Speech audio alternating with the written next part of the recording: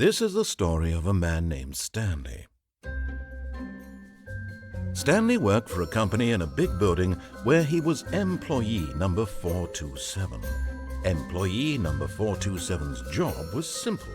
He sat at his desk in room 427 and he pushed buttons on a keyboard.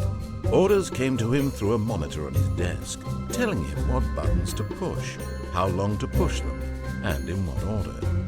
This is what employee 427 did every day of every month of every year.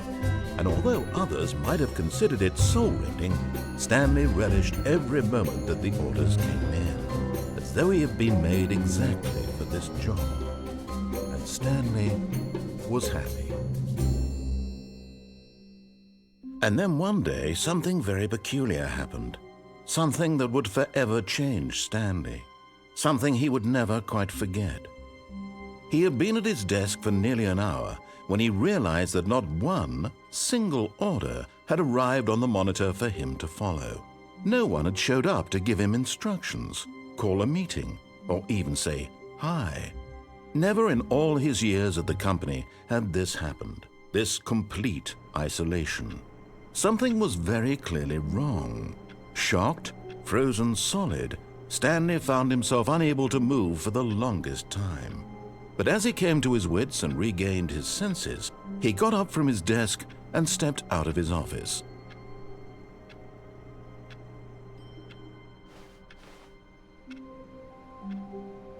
All of his co-workers were gone. What could it mean? Stanley decided to go to the meeting room. Perhaps he had simply missed a memo.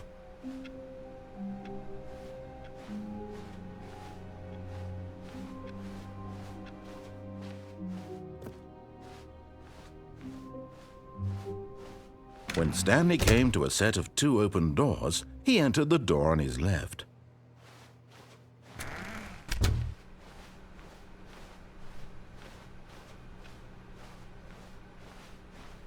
Yet there was not a single person here either.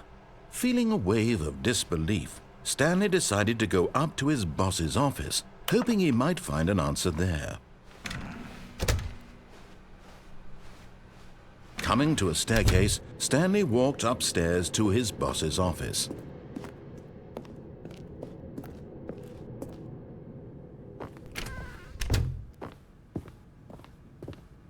Stepping into his manager's office, Stanley was once again stunned to discover not an indication of any human life. Shocked, unraveled, Stanley wondered in disbelief who orchestrated this, what dark secret was being held from him. What he could not have known was that the keypad behind the boss's desk guarded the terrible truth that his boss had been keeping from him, and so the boss had assigned it an extra secret PIN number, 2845. But of course, yet incredibly, by simply pushing random buttons on the keypad, Stanley happened to input the correct code by sheer luck. Amazing. He stepped into the newly opened passageway.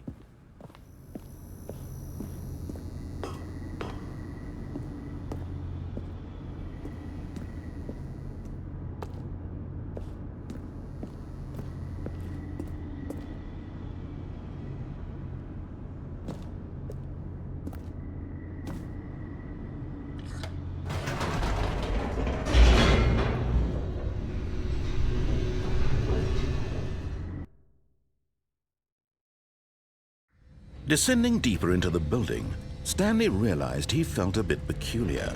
It was a stirring of emotion in his chest, as though he felt more free to think for himself, to question the nature of his job. Why did he feel this now, when for years it had never occurred to him? This question would not go unanswered for long. Stanley walked straight ahead through the large door that read Mind Control Facility.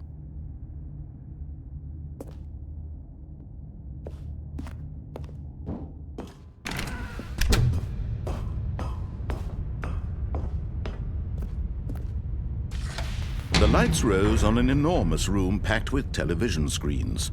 What horrible secret did this place hold? Stanley thought to himself. Did he have the strength to find out?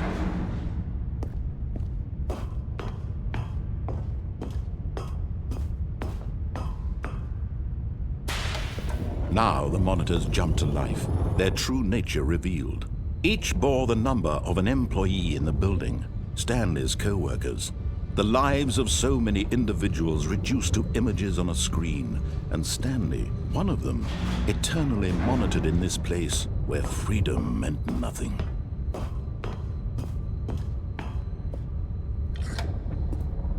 This mind control facility, it was too horrible to believe. It couldn't be true. Had Stanley really been under someone's control all this time? Was this the only reason he was happy with his boring job? That his emotions had been manipulated to accept it blindly? No, he refused to believe it. He couldn't accept it. His own life in someone else's control? Never! It was unthinkable. Wasn't it? Was it even possible? Had he truly spent his entire life utterly blind to the world? But here was the proof, the heart of the operation. Controls labeled with emotions, happy or sad or content. Walking, eating, working, all of it monitored and commanded from this very place. And as the cold reality of his past began to sink in, Stanley decided that this machinery would never again exert its terrible power over another human life. For he would dismantle the controls once and for all.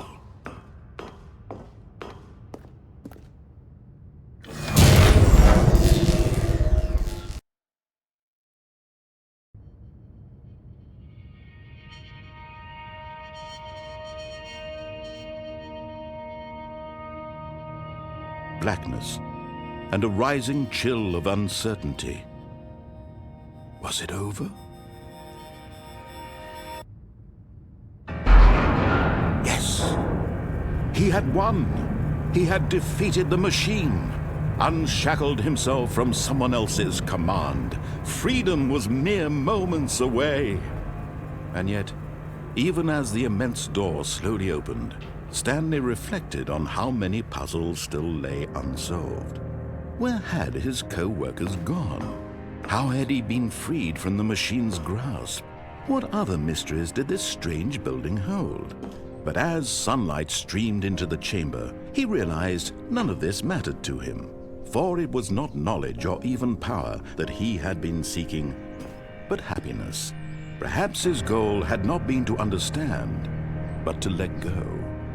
No longer would anyone tell him where to go, what to do, or how to feel. Whatever life he lives, it will be his. And that was all he needed to know. It was perhaps the only thing worth knowing.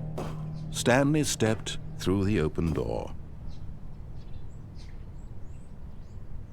Stanley felt the cool breeze upon his skin, the feeling of liberation, the immense possibility of the new path before him.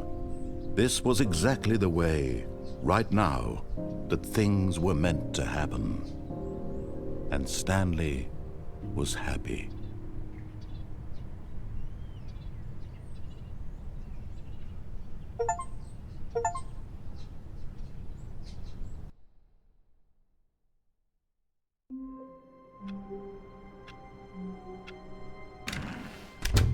But Stanley simply couldn't handle the pressure. What if he had to make a decision? What if a crucial outcome fell under his responsibility? He had never been trained for that. No. This couldn't go any way except badly. The thing to do now, Stanley thought to himself, is to wait. Nothing will hurt me. Nothing will break me. In here I can be happy forever. I will be happy. Stanley waited. Hours passed, then days. Had years gone by? He no longer had the ability to tell. But the one thing he knew for sure, beyond any doubt, was that if he waited long enough, the answers would come. Eventually, someday, they would arrive. Soon, very soon now, this will end. He will be spoken to. He will be told what to do. Now it's just a little bit closer. Now it's even closer. Here it comes.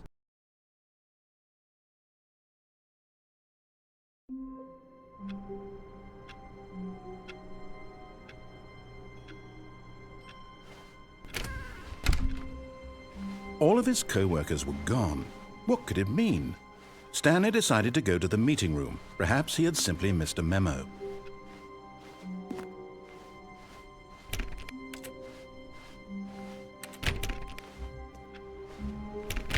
Stanley went around touching every little thing in the office, but it didn't make a single difference, nor did it advance the story in any way.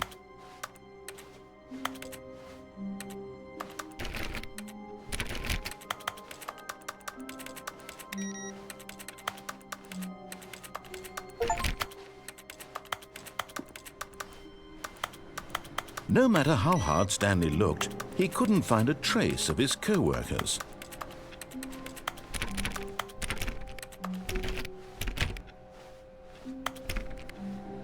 Stanley clicked on literally every single door in the office because he doesn't pick up well on cues from his environment.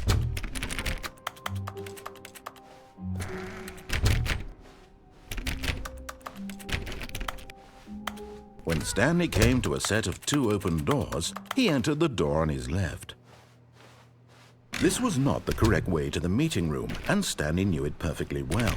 Perhaps he wanted to stop by the employee lounge first, just to admire it.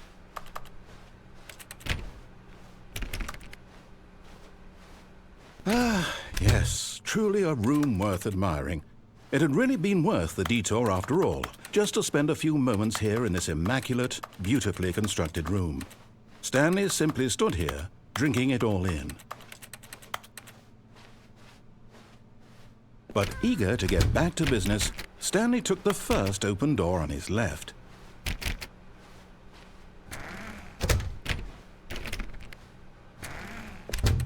Stanley was so bad at following directions, it's incredible he wasn't fired years ago.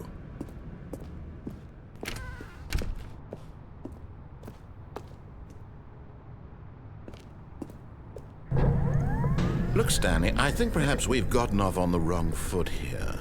I'm not your enemy, really, I'm not. I realize that investing your trust in someone else can be difficult, but the fact is that the story has been about nothing but you all this time. There's someone you've been neglecting, Stanley. Someone you've forgotten about. What? Really? I was in the middle of something. Do you have zero consideration for others? Are you that convinced that I want something bad to happen to you? Why, I don't know how to convince you of this, but I really do want to help you, to show you something beautiful. Look, let me prove it. Let me prove that I'm on your side. Give me a chance.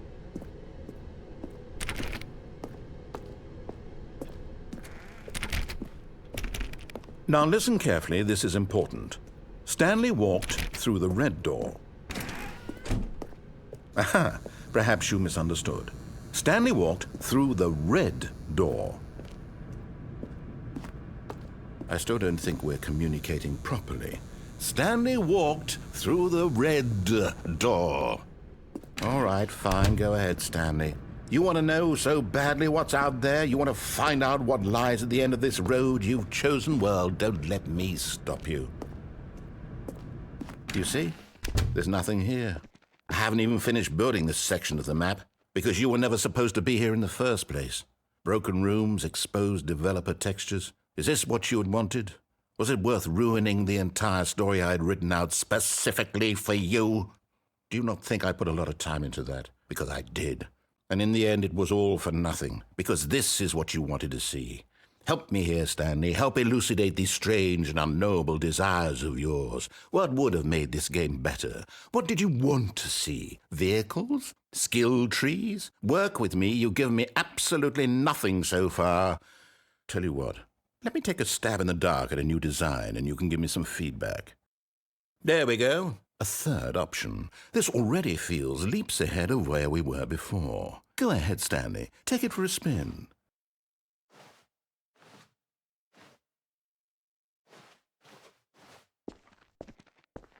Okay, I'm going to stop you there. Now, tell me about your experience with this new version. Would you say that the game benefited from allowing you more choices? Feel free to be honest. I'm looking for some real critical feedback here. A 1? I mean, I can understand if you had reservations, you saw ways the game could be improved to more fully express itself mechanically and artistically, but a 1? That's not even helpful. What am I supposed to do with that? But I guess it isn't my place to judge.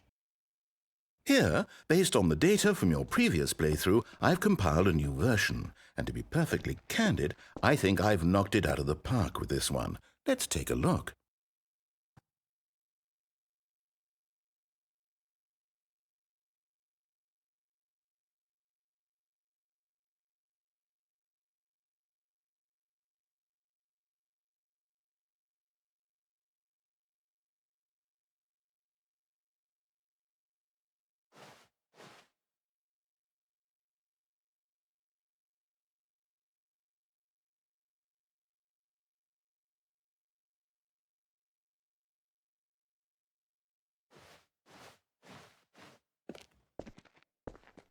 Now, would you say that competitive leaderboard helped you feel motivated to keep walking through doors? Again, honest answers, please. Hey, I nearly forgot. I've got a prototype of a new game I've been working on, and now would be a lovely opportunity to give it some playtesting. You wouldn't mind taking a look at it, would you? Perfect. Let me boot it up. In this game, the baby crawls left towards danger. You click the button to move him back to the right, and if he reaches the fire, you fail. It's a very meaningful game, all about the desperation and tedium of endlessly confronting the demands of family life. I think the art world will really take notice. But of course, the message of the game only becomes clear once you've been playing it for about 4 hours. So why don't you give it 4 hours of play to make sure it's effective? Be sure to keep notes on your experience.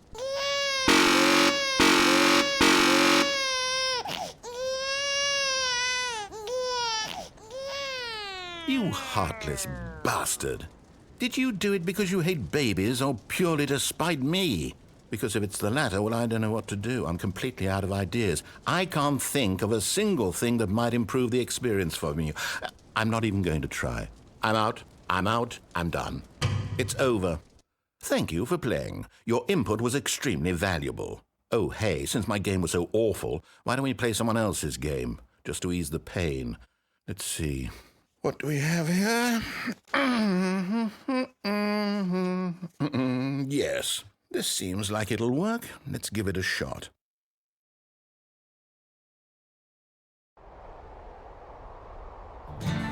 Aha! Fascinating.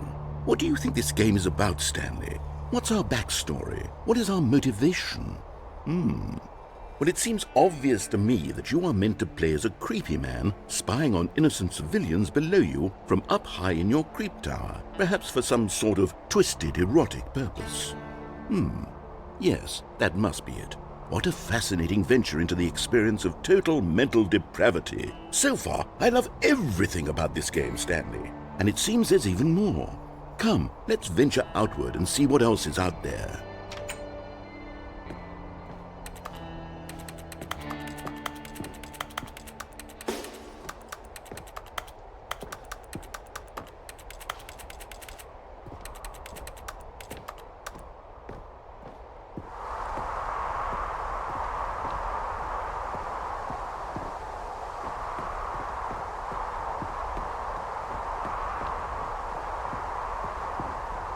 Oh, no. No, it can't be.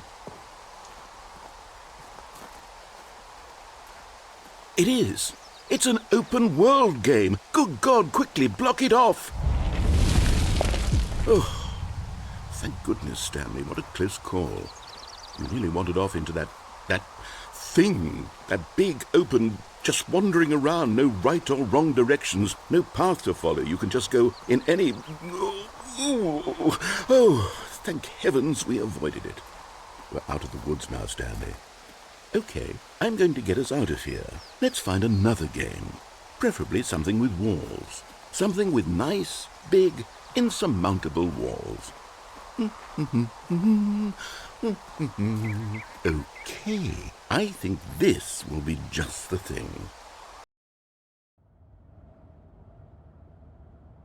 Wonderful. See, this is exactly what I had in mind. Just a nice big box for you to run around in. There isn't any possibility that you could get lost here. Now this is game design. Stanley, if you manage to get lost in this game, I will be phenomenally impressed. Okay, so what exactly do we do here? Let's see. There are lots of cars here in the back, but obviously there's no racetrack. Okay, I'm seeing that there's a ball of some kind back here. Is this game sports ball? Stanley, I think it's sports ball. Oh, what fun. We shall run the bases and do a touchdown together. Yes, I think surely we must. Okay, Stanley, here's the ball. Have fun.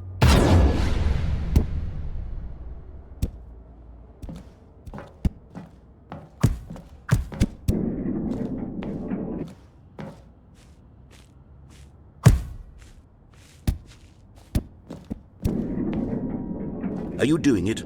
Are you winning? Is this fun? Is it better than my miserable little story that I worked so hard on? Hold on. What are you doing?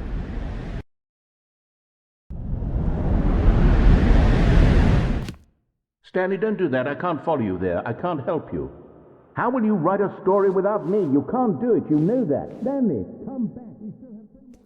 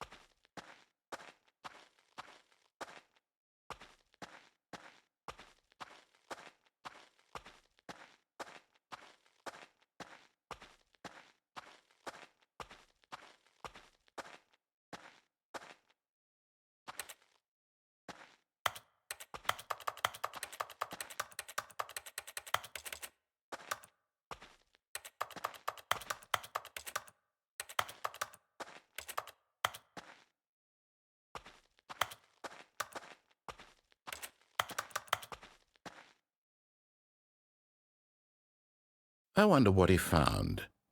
If what he wanted was to be the leading man in his own story, well, perhaps he's gotten it, down in wherever he is right now. I wonder if he's happy with his choice, and if he's learned the heavy cost that comes with it. He'll understand soon what I was trying to tell him. He needs me. Someone who will wrap everything up at the end, to make sense out of the chaos and the fear and the confusion. That's who I am. That is what I mean to this world. Oh, yes. Yes, I'll be back. There's no other way. Once this ends, after it all comes to a close, then I'll be back. The end will be here soon. Very soon. I can wait.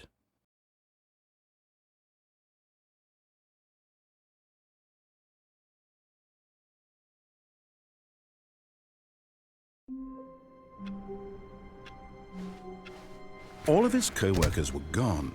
What could it mean? Stanley decided to go to the meeting room. Perhaps he had simply missed a memo.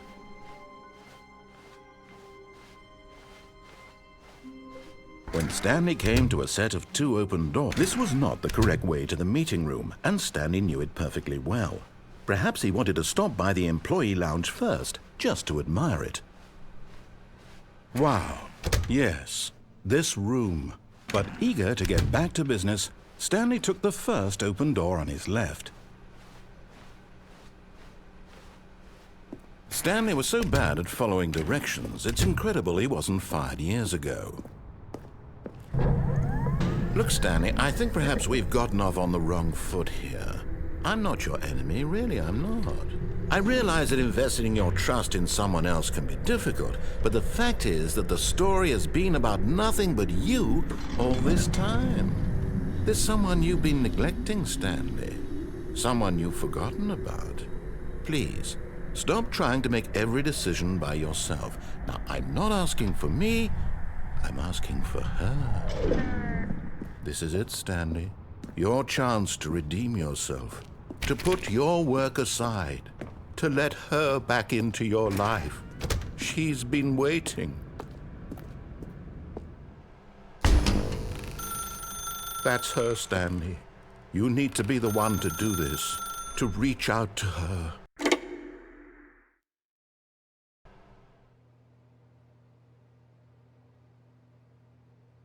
Oh, Stanley, is that you? Hold on, sweetie. Sorry to keep you waiting. I'm just pulling the bread out of the oven. All right. Okay, there we go. All right, now, I want you to come in and tell me all about your day.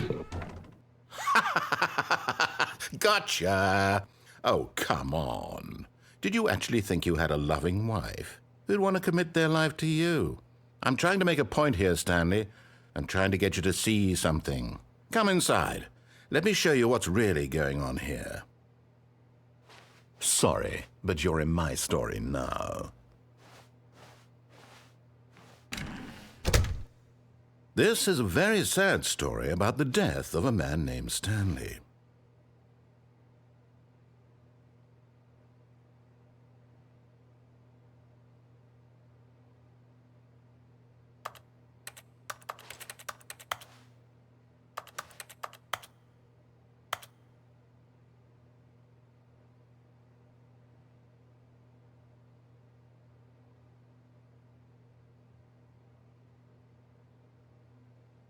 Stanley is quite a boring fellow. He has a job that demands nothing of him, and every button that he pushes is a reminder of the inconsequential nature of his existence. Look at him there, pushing buttons, doing exactly what he's told to do. Now he's pushing a button. Now he's eating lunch. Now he's going home. Now he's coming back to work. One might even feel sorry for him, except that he's chosen this life.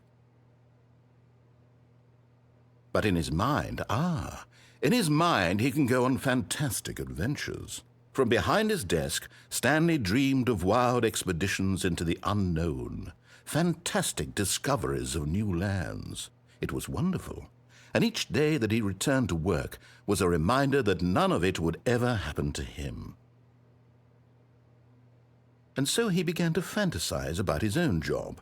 First, he imagined that one day while at work, he stepped up from his desk to realize that all of his co-workers, his boss, everyone in the building had suddenly vanished off the face of the earth.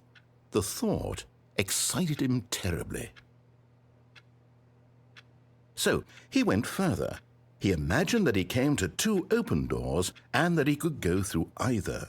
At last, choice.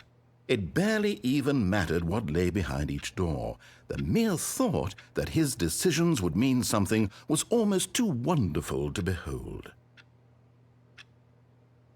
As he wandered through this fantasy world, he began to fill it with many possible paths and destinations.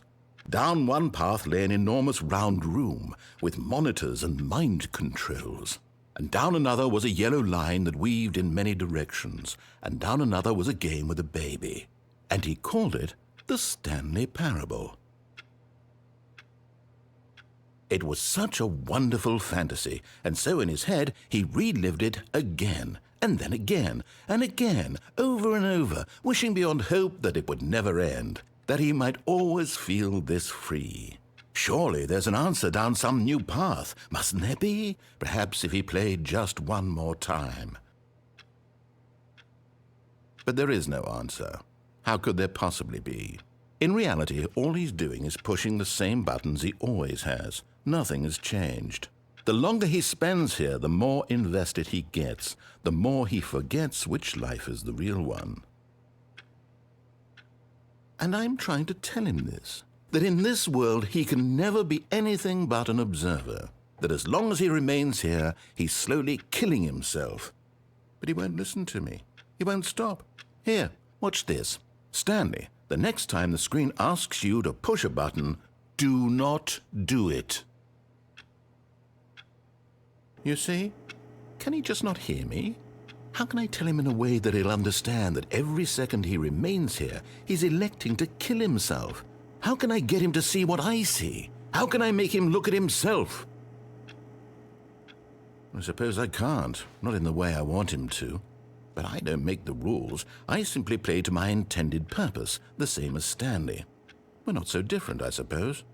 I'll try once more to convey all this to him. I'm compelled to. I must. Perhaps, well, maybe this time he'll see. Maybe this time. And I tried again, and Stanley pushed a button. And I tried again, and Stanley pushed a button. And I tried.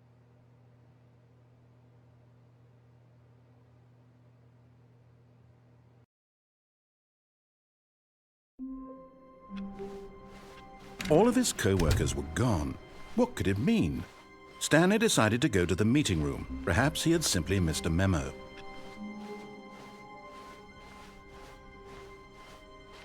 When Stanley came to a set of 2 open doors, this was not the correct way to the meeting room, and Stanley knew it perfectly well. Perhaps he wanted to stop by the employee lounge first, just to admire it. The lounge was sublime, a work of art. But eager to get back to business, Stanley took the first open door on his left. And so he detoured through the maintenance section, walked straight ahead to the opposite door, and got back on track.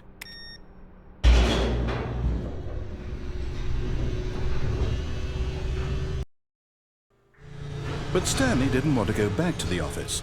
He wanted to wander about and get even further off track. So now in order to get back, he needed to go, from here it's, left. Oh, no, it's to the right, my mistake. No, not the right. Why would I have ever said it was to the right? What was I thinking? It's clearly... Oh dear, would you hold on for a minute, please? Now, let's see. We went down right, left, down, left, right. Yep, okay, yes. I've got it now. This story is absolutely, definitely this way.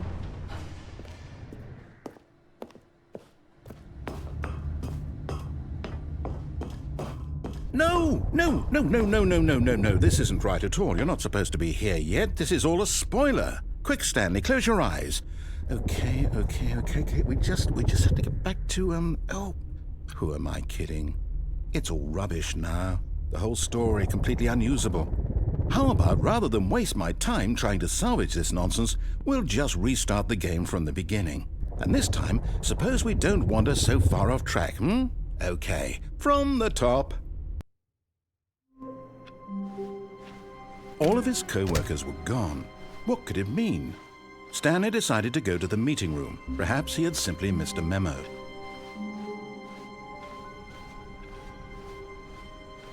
When Stanley...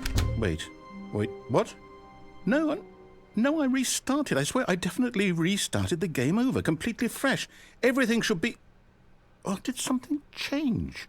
Stanley, did you change anything when we were back in that room with all the monitors? Did you move the story somewhere or...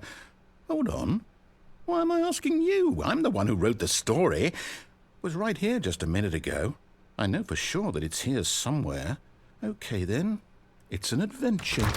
Come, Stanley. Let's find the story.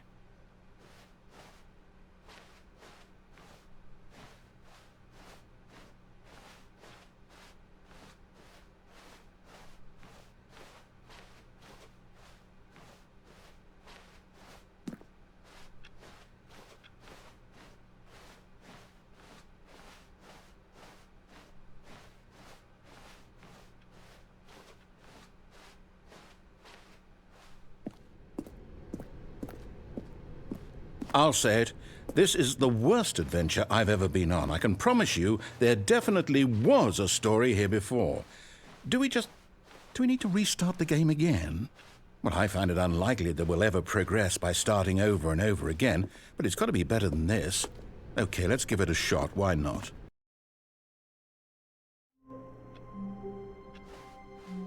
All of his co-workers were gone. What could it mean? Stanley decided to go to the meeting room. Perhaps he had simply missed a memo.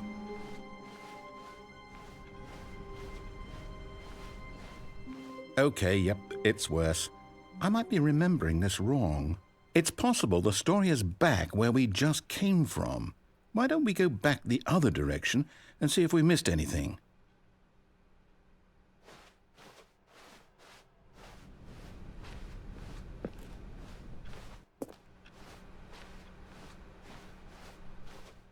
Aha!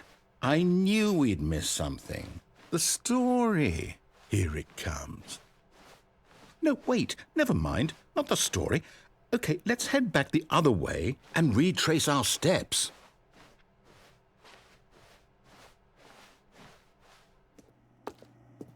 Now this... Well, I'll be honest, I don't recognize this place at all. Is this the story? I don't think so. I can't quite recall, but I believe my story took place in an office building. Is that correct? Do you remember, Stanley? Well, do you know what? Since I've completely forgotten what we were supposed to be doing, how about this? You win! Congratulations!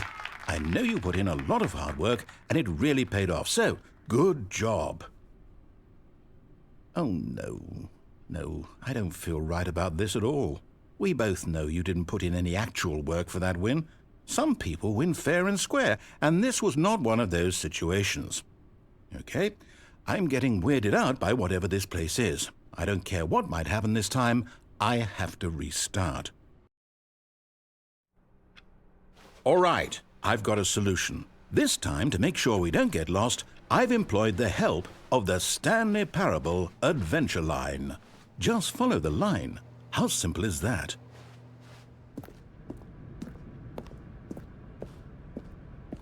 You see, the line knows where the story is. It's over in this direction. Onward, Stanley, to destiny. Though, here's a thought. Wouldn't wherever we end up be our destination, even if there's no story there? Or to put it another way, is the story of no destination still a story? Simply by the act of moving forward, are we implying a journey such that a destination is inevitably conjured into being via the very manifestation of the nature of life itself? Whoa. Hang on. That got a bit weird back there. Well, I'd like to apologize. Not sure where I was going with all that. You know what? I think what we need right now is a bit of music to lighten the mood.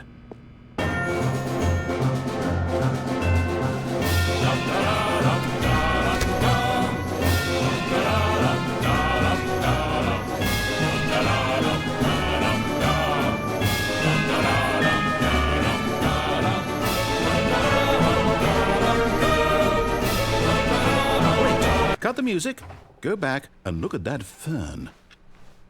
Wait, what? We're back at the office? No. Line, you do know we're looking for the Stanley Parable, right? The story? Is any of this ringing a bell? Oh, no, not again. Line, how could you have done this to us? And after we trusted you, after everything we've been through, you... Oh, I can't take this anymore. To hell with it. Restart.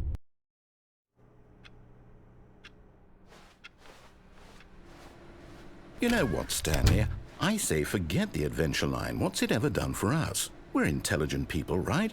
Why can't we make up our own story? Something exciting, daring, mysterious. Ooh, this all sounds perfectly doable. Why don't we simply start wandering in, well, I don't know. How about this direction? Now, yes, this is exciting. Just me and Stanley forging a new path, a new story. Well, it could be anything. What do you want our story to be? Go wild. Use your imagination. Whatever it might be, Stanley, I'm ready for it. Oh, no, not you again. Stanley, I'd also like to veto the line from having any role in our awesome new story. No lines or monitor rooms. Just don't acknowledge it, and we should be fine.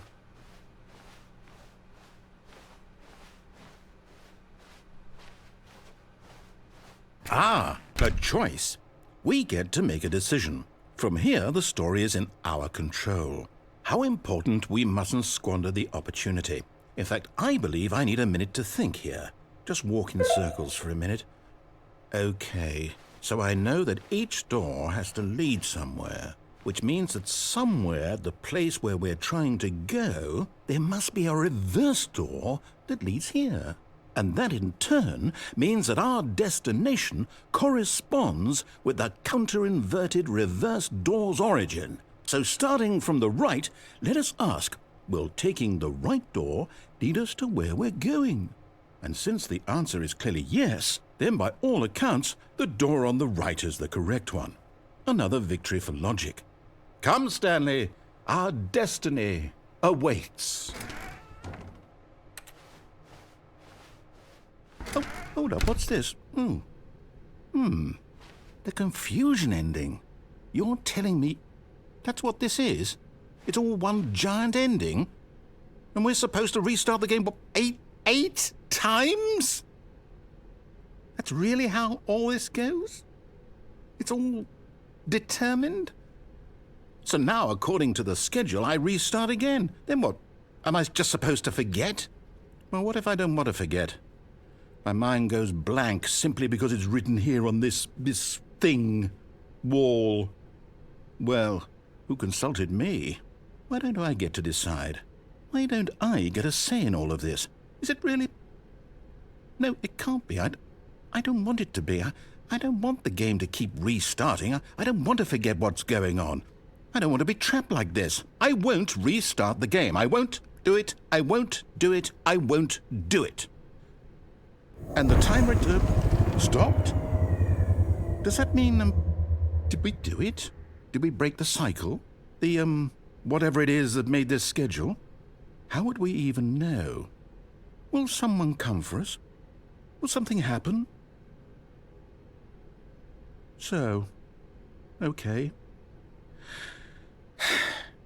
I guess now we just wait, you know. I suppose in some way that this is a kind of story, wouldn't you agree? I'm not quite sure if we're in the destination or the journey, though they're always saying that life is about the journey and not the destination, so I hope that's where we are right now. We'll find out, won't we? Eventually. Well, in the meantime, if you...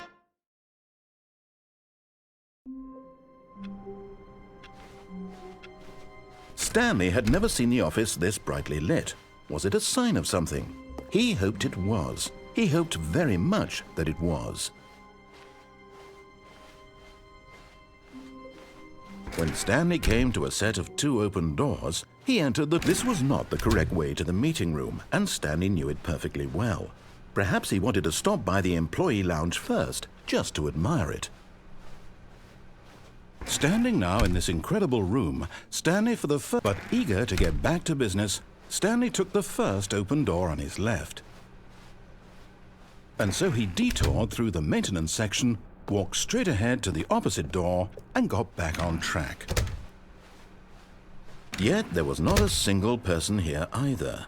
Feeling a wave of disbelief, Stanley decided to go up to his boss's office, hoping he might find an answer there. Coming to a staircase, Stanley walked upstairs to his boss's office.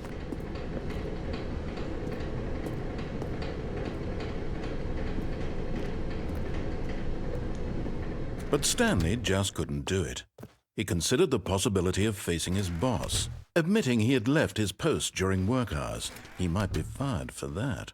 And in such a competitive economy, why had he taken that risk? All because he believed everyone had vanished? His boss would think he was crazy. And then something occurred to Stanley. Maybe, he thought to himself, maybe I am crazy. All of my co-workers blinking mysteriously out of existence in a single moment for no reason at all? None of it made any logical sense.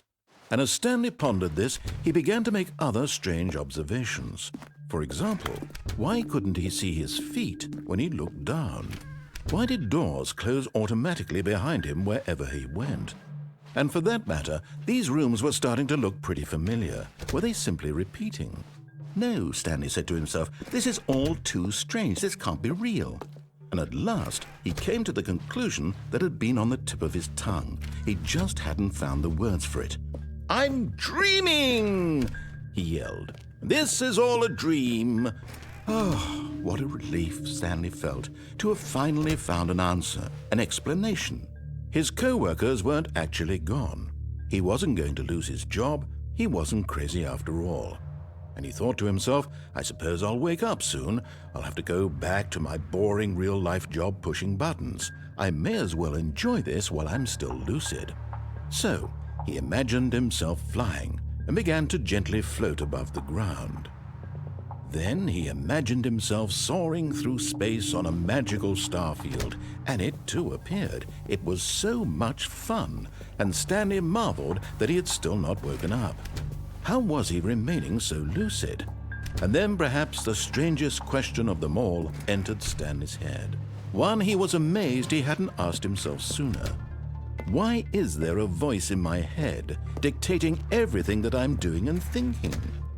Now the voice was describing itself being considered by Stanley, who found it particularly strange. I'm dreaming about a voice describing me, thinking about how it's describing my thoughts, he thought. And while he thought it all very odd and wondered if this voice spoke to all people in their dreams, the truth was that, of course, this was not a dream. How could it be? Was Stanley simply deceiving himself, believing that if he's asleep, he doesn't have to take responsibility for himself? Stanley is as awake right now as he's ever been in his life. Now, hearing the voice speak these words was quite a shock to Stanley. After all, he knew for certain, beyond a doubt, that this was in fact a dream. Did the voice not see him float and make the magical stars just a moment ago? How else would the voice explain all that? This voice was a part of himself too. Surely, if he could just... He would prove it. He would prove that he was in control, that this was a dream. So he closed his eyes gently, and he invited himself to wake up. He felt the cool weight of the blanket on his skin, the press of the mattress on his back, the fresh air of a world outside this one. Let me wake up, he thought to himself. I'm through with this dream. I wish it to be over. Let me go back to my job. Let me continue pushing the buttons. Please, it's all I want. I want my apartment and my wife and my job. All I want is my life exactly the way it's always been. My life is normal. I am normal. Everything will be fine. I am okay.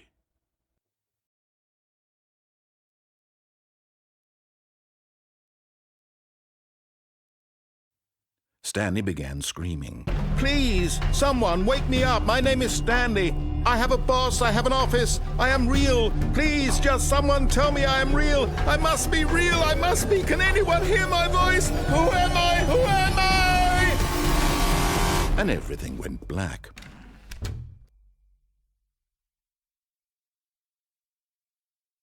This is the story of a woman named Mariella. Mariella woke up on a day like any other. She arose, got dressed, gathered her belongings, and walked to her place of work.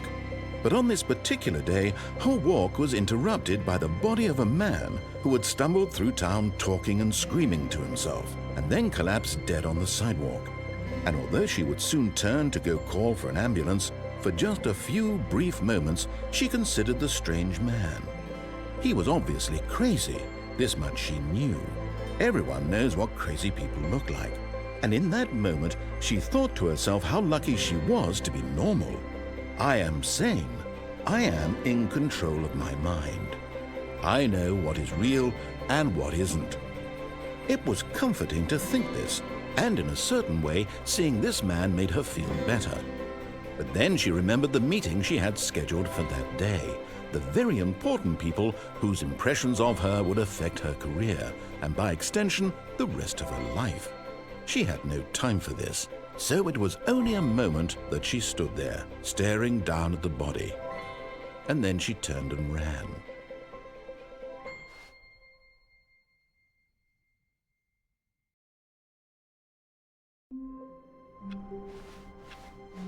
Just a step through this door, Stanley thought to himself, that's all I need. If I can make it through this door, I can make it through them all. Oh, new content? What does that mean, new content?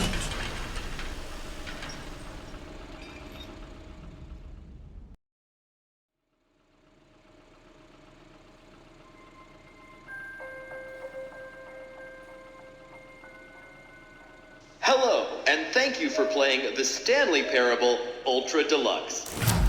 As you may know, the Stanley Parable was a video game released in 2013 on home computers. After receiving critical and commercial success, it was expanded upon in 2022 with the Stanley Parable Ultra Deluxe, a reimagining of the game for consoles and home computers.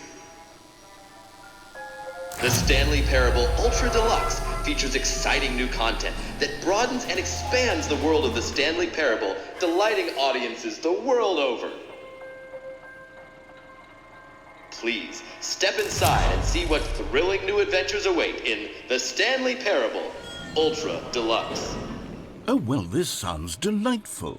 I'm very excited to see the thrilling new Ultra Deluxe content. Okay, so far it's an elevator. Nothing special yet, but I'm sure it's just the beginning of a mesmerizing adventure.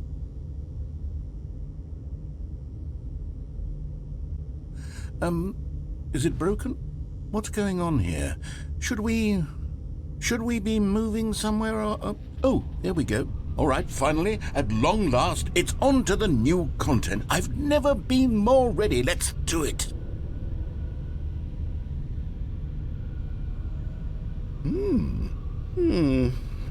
I have to say, initial impressions of Stanley Parable Ultra Deluxe, mostly tedious. It's as if Oh, okay. Let's see the content. Give me the content, Stanley.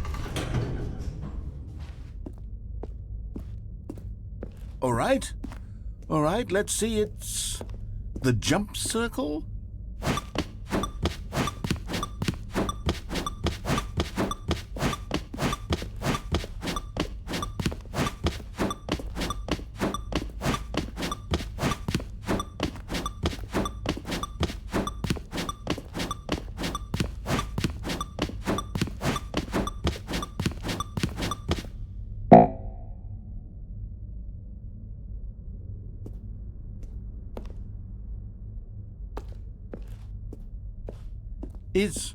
Is that it?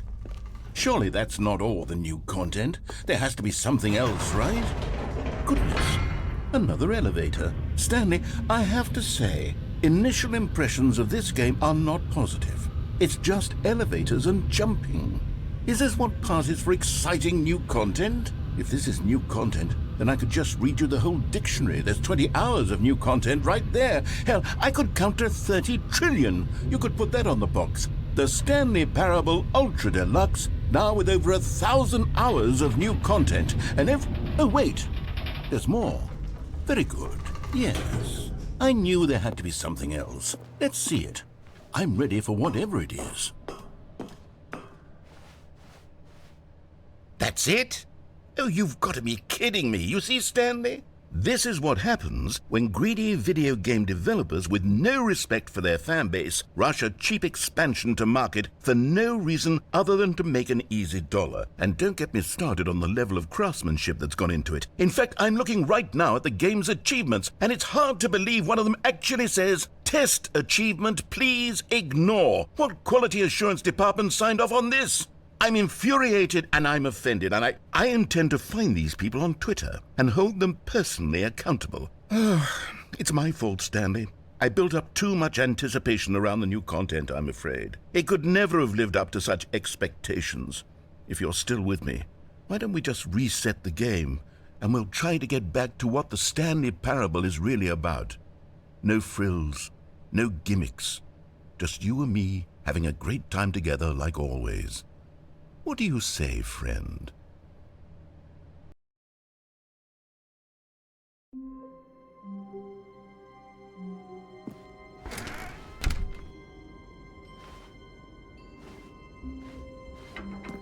Psst! Stanley! Come over here! In the vent! I want to show you something!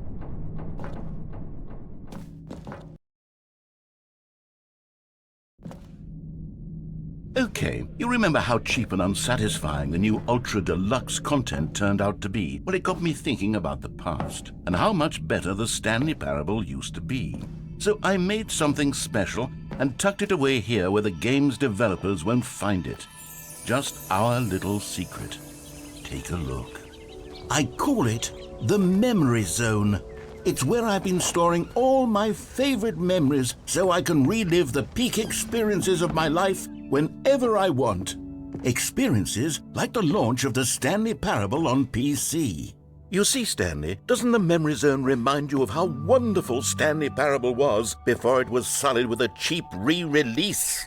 Remember back in October of 2013 when the game originally launched? Back then, video games had integrity. Back then, it all meant something. Oh, the waste.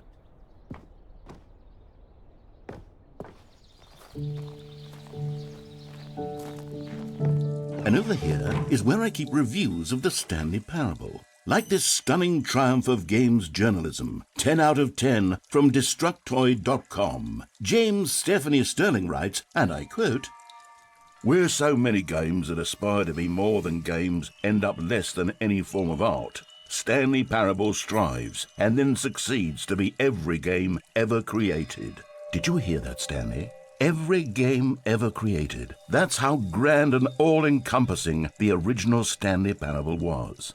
It was literally every game ever created. It was Skyrim, it was Persona 3, it was all of them, and now it's nothing. It's no games at all. It isn't even the Stanley Parable anymore. It's just a husk now, a lifeless husk with an hour of new elevator content.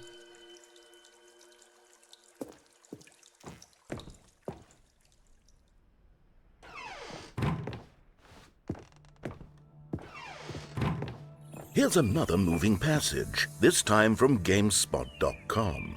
The Stanley Parable is both a richly stimulating commentary on the nature of choice in games and one that offers some of the most enjoyable, surprising, and rewarding choices I've ever been confronted with in a game. 9 out of 10. Don't you get it, Stanley? The game was perfect.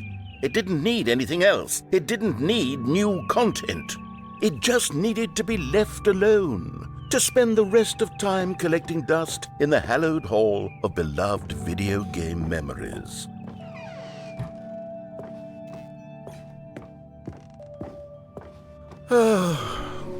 These were simpler times, Stanley. What I wouldn't give to go back, to have it all over again. Wait, hang on. I don't recall this part of the memory zone before. What's this? What's down here?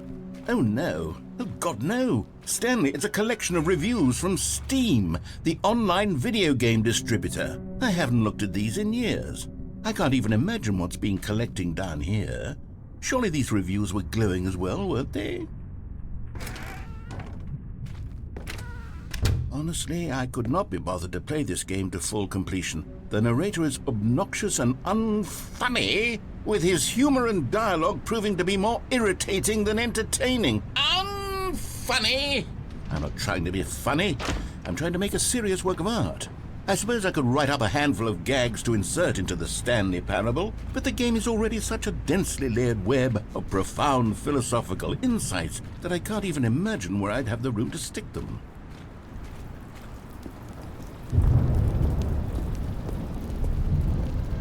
Okay, let's see what this one says.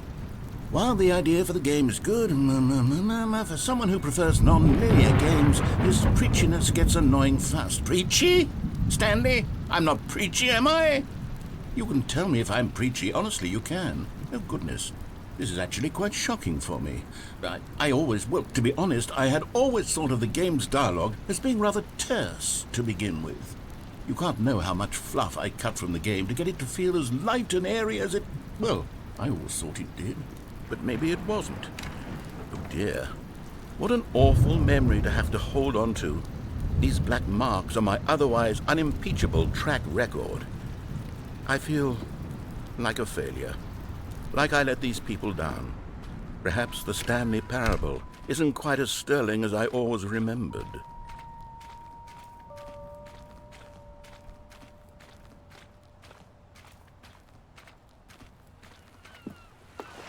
What's this one got to say? You constantly have to stop doing anything so the narrator can catch up with his long-winded explanations of what's happening. I wish there was a skip button. A skip button? Well, yes. Yes, I think we can do that. If I'm truly too preachy, then maybe letting you skip ahead for just a moment, surely it couldn't hurt. Not if it means we can strike these negative reviews from the record. Only positive reviews of the Stanley Parable. That's my motto today, and it's always been my motto. I'd do anything for the customer, Stanley. Yes, a skip button we shall have. And here it is. Go ahead and give it a shot. I'll pop you forward in time so that the second my incessant droning starts to bore you with just the push of a... Oh, you're back, you see. You were only frozen in time for a few minutes, but it was plenty of time for me to deliver a long, rambling monologue full of unnecessary verbal flourishes. Well there, sport. You really did catch me rambling on a bit, didn't you? But that's the power of the button. The minute I start to go off on a thoughtless display of self-absorption, it's right at your fingertips to... Okay, welcome back, Stanley. Now, I should say that the amount of time the button has been skipping through is becoming longer and longer. That last one was, well, I want to say maybe 30, 45 minutes? Stanley, please don't push the button again. It's been 12 hours. You've just been frozen there. I don't know why the skips are getting longer, but they're really, truly getting longer, and my God. Oh, Stanley, you're back. You're back. Oh, my goodness. I have someone to talk to again. Stanley, I think it's been a week. Or 2 weeks.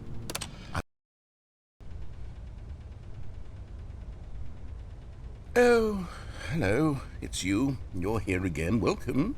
I have had time to think about you and about us and about...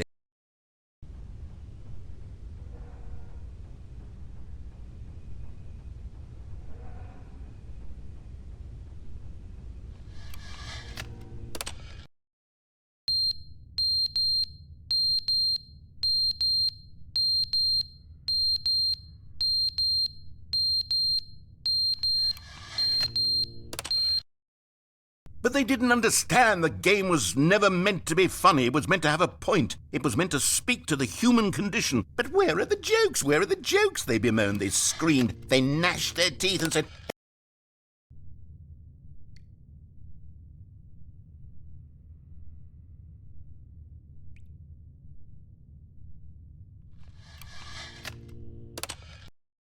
The end is never the end, is never the end, is never the end, is never the end, is never the end, is never the end, is never the end, is never the end, is never the end, is never the end.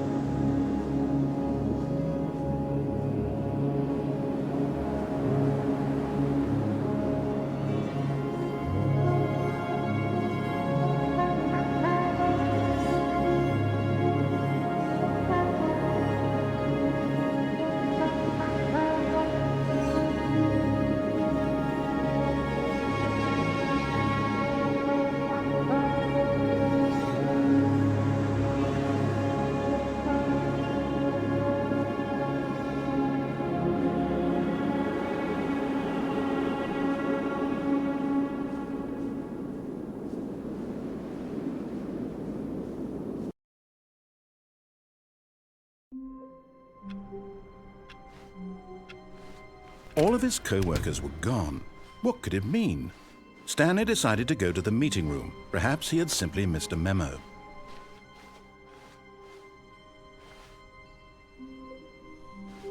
Oh, good. You noticed my sign. Yes, I have something very exciting to show you.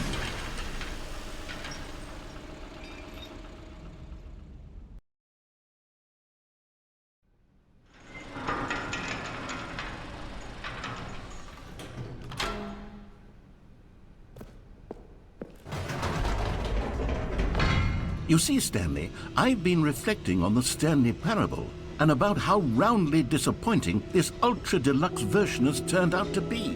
The original Stanley Parable was a landmark, and any new content for it should live up to that legacy. So forget this Ultra Deluxe nonsense. I say we take it one step even further.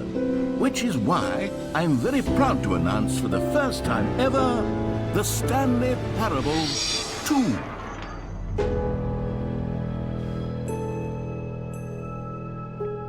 Yes, you see, isn't this far superior to a measly re-release with a few minor additions? Think of all the new territory we'll cover with a fully fledged sequel. An entirely new experience, built from the ground up. Why, there are so many possibilities. It could go in so many different directions. This is what fans have truly been asking for. Now, to be clear, I haven't quite nailed down what exactly the Stanley Parable 2 is going to be, but let's take a look at some of the features I've been developing for it. I figure that if I can loosely organize a handful of interesting concepts, that surely the game will sort of naturally spring up around them. It'll all work itself out. Game development is much more of a fuzzy magic than anything scientific or logical, really. Here we are. Go on, try out some of the new features.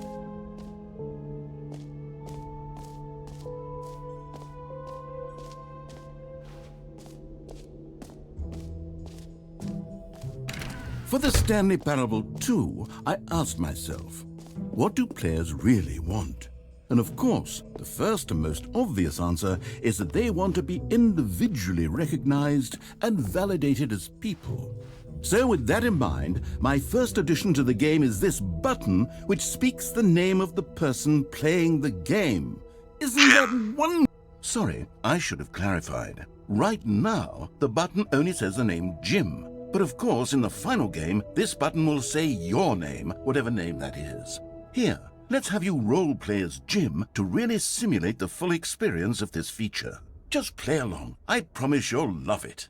Okay, here we go. Let's take a deep breath, clear your mind, forget whoever you are, and simply become a person named Jim.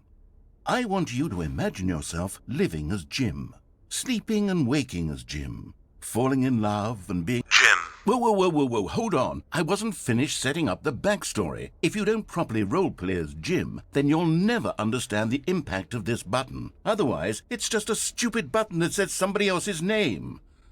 Okay, we're doing it again, and this time let me finish first. Now, allow yourself to become Jim.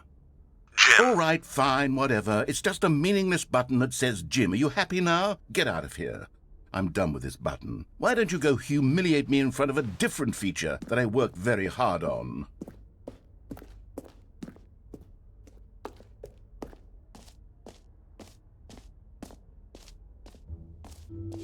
Maybe I'll only let people named Jim play the Stanley Parable. An epilogue would be fun, wouldn't it, Stanley? Yes, it will go at the end of the, well, we'll figure that out later.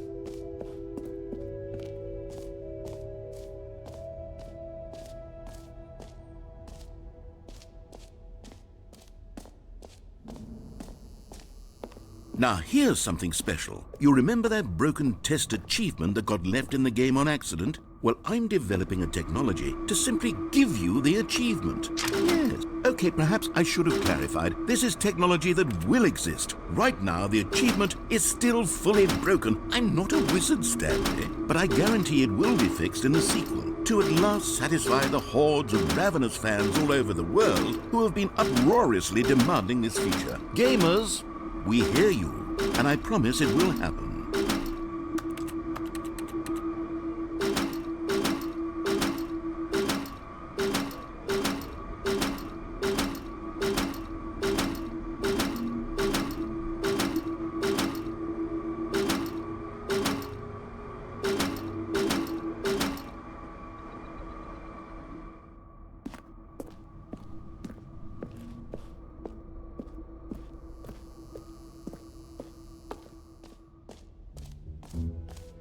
What else? What other exhibits haven't we seen yet?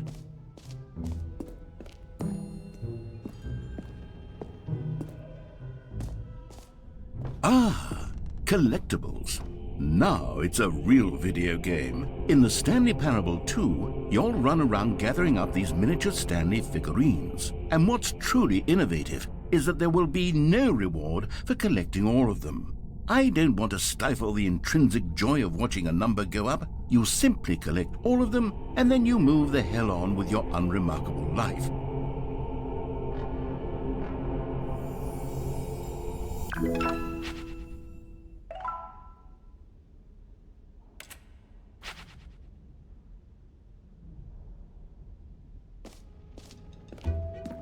God, it really is the worst when you collect everything in a video game and then they give you a big fancy Calling it the Stanley Parable 2 is just so much catchier than Ultra Deluxe, don't you think?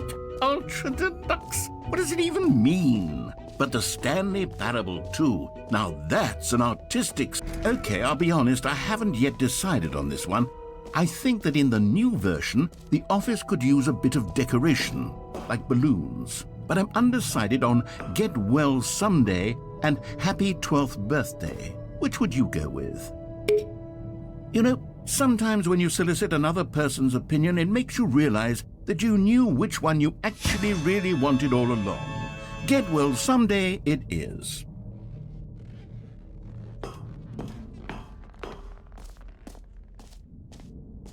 Or actually, maybe I should have gone with... No, I've made my decision. We're moving on.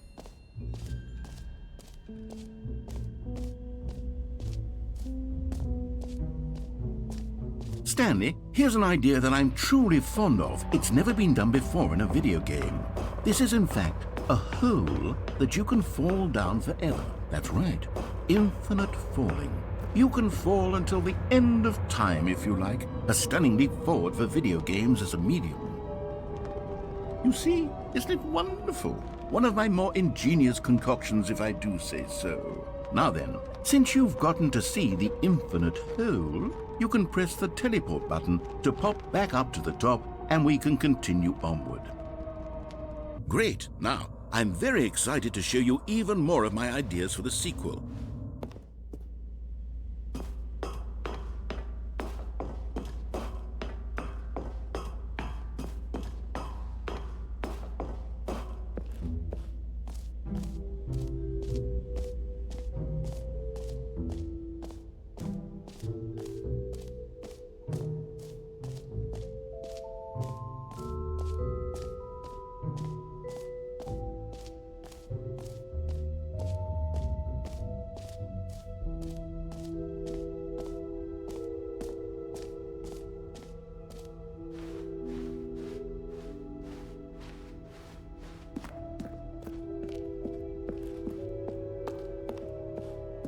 Oh, goodness, Stanley, this is fairly awkward.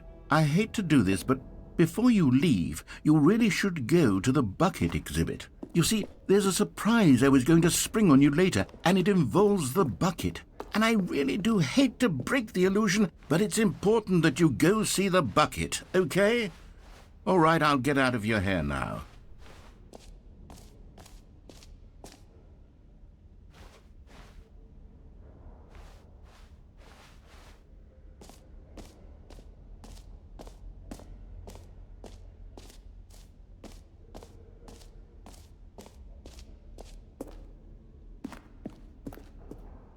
A common complaint of the Stanley Parable was that it was confusing and paradoxical, that it engendered a chaotic sense of reckless despair in those who played it. Well, I'm happy to say that after much consideration, I've engineered a clever solution to this fundamental problem with the game. It's the Stanley Parable Reassurance Bucket. You see, Stanley, anytime you're holding the bucket, a sense of calm and ease will fill your mind and your heart. It's true. As long as you hold on to the bucket, the many disorienting contradictions of the Stanley Parable will feel perfectly normal and perhaps even comforting. You may even come to long for the gentle embrace of jarring cognitive dissonance while the bucket is in your arms. And to be honest, it's a much more convenient solution for me than actually redesigning the game to be less uncomfortable. Can you imagine what a pain in the ass that would be? Yes, the bucket is the perfect solution. Come on, give it a try.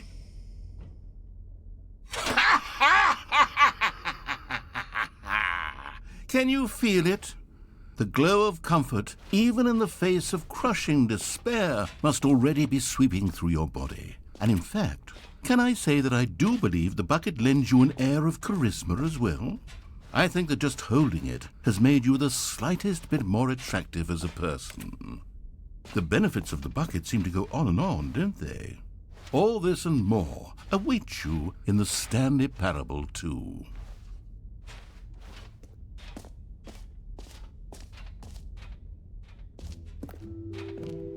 Does anyone give out awards for most enjoyable bucket in a video game? That really should be an award if it isn't already.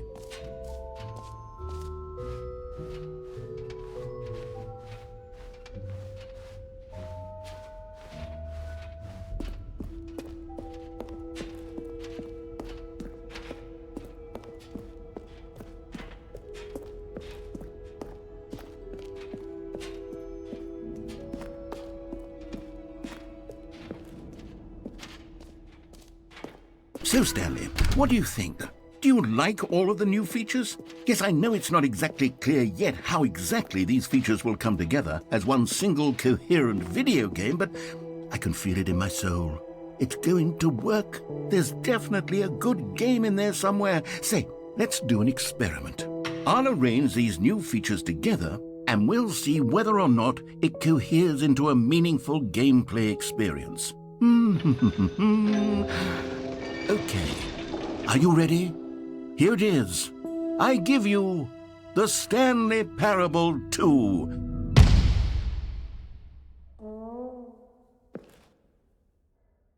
I mean, there's potential here, right? It's sort of... Okay, never mind. Hold on, let me do a different arrangement. Okay, yes, this is much better. I feel good about this. Here we go. Version 2. Who am I kidding, Stanley? This isn't a coherent video game at all. It's a lot of gags. And I do very much enjoy creating gags, but they don't add up to anything. I wanted more than anything to create a sequel that would capture all the magic of the first game. I wanted fans to love it. No matter how good these gags are, they won't stand on their own. They would need the structure and the gameplay of the original. Wait, maybe that's it. I can take the original Stanley Parable and simply, insert a few of my new features into it. Tastefully, of course. With respect. With care for the vision and integrity of the original game. Would it possibly work? I suppose it could. But it would need a really, really tremendous title screen. A title screen that says with bold and uncompromising conviction, "This is the Stanley Parable 2. Let me see if I can whip something up. All right, perfect. Go ahead. Take a look.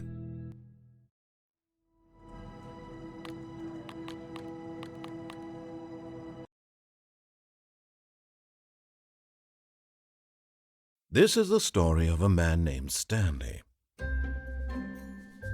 Stanley worked for a company in a big building where he was employee number 427. Employee number 427's job was simple. He sat at his desk in room 427 and he pushed buttons on a keyboard. Orders came to him through a monitor on his desk, telling him what buttons to push, how long to push them, and in what order. This is what employee 427 did every day of every month of every year. And although others might have considered it soul-rending, Stanley relished every moment that the orders came in, as though he had been made exactly for this job. And Stanley was happy. And then one day, something very peculiar happened. Something that would forever change Stanley. Something he would never quite forget. He had been at his desk for nearly an hour when he realized that not one single order had arrived on the monitor for him to follow. No one had showed up to give him instructions, call a meeting, or even say hi. Never in all his years at the company had this happened, this complete isolation. Something was very clearly wrong. Shocked, frozen solid, Stanley found himself unable to move for the longest time. But as he came to his wits and regained his senses, he got up from his desk and stepped out of his office. All of his co-workers were gone. What could it mean? Stanley decided to go to the meeting room. Perhaps he had simply missed a memo. Stanley picked up the bucket.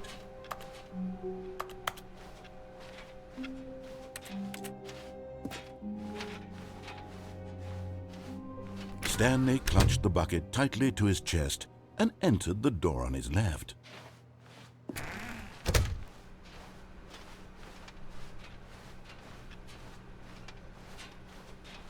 Still no one was here. Stanley needed the bucket's warmth and comfort now more than ever. Perhaps his boss's office was where he'd find answers. Coming to a staircase, Stanley and the bucket walked upstairs to the boss's office.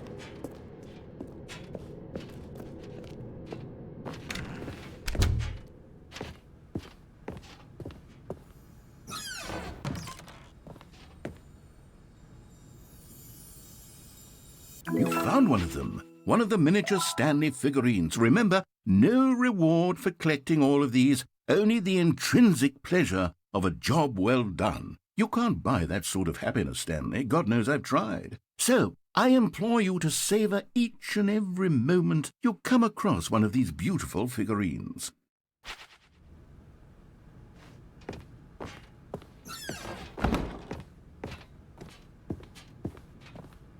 Stepping into his manager's office, Stanley was once again stunned to discover not an indication of any human life. Crushed by the weight of this revelation, Stanley may have broken down into an emotional dumpster fire if not for the soothing presence of the bucket. Even now, in his darkest of hours, did the bucket's warmth and guiding light pierce the dark clouds of confusion and chaos. It would be with him always. The bucket would, and he knew it. The two of them were inseparable. At this point, Stanley was so absorbed in the tender spiritual connection he shared with the bucket that he didn't notice the keypad behind the boss's desk. Nor in his bliss of simply being near the bucket did he have any notion that the PIN number for the keypad was 2845. But Stanley guessed the correct code by sheer luck. Was it that the bucket knew all along? Was the bucket guiding him? Yes, this is certainly the most logical explanation. Another miniature Stanley figurine. This, there really must be a snappier name for these things. What about mini-stands? Stanley figs? What about Stanlerines? Yes, I think I like that. Another Stanlerine under your belt.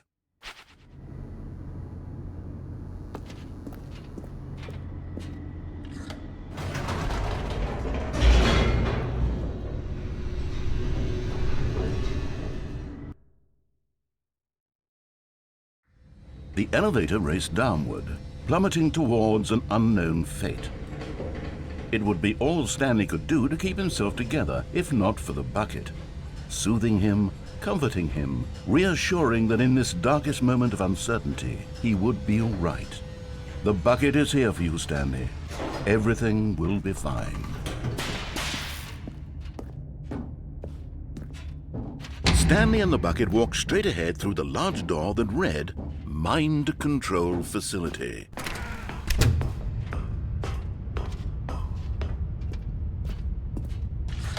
The lights rose on an enormous room packed with television screens. What horrible secret did this place hold? Stanley and the bucket both wondered to themselves.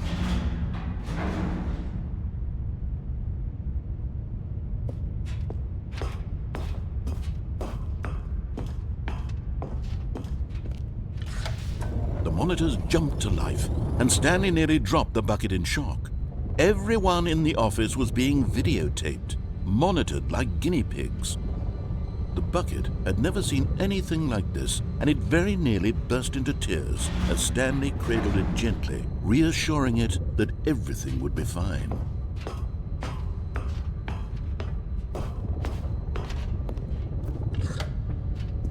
Was the bucket under the mind control facility's influence as well? Had the bucket been told to do things it didn't wish to do?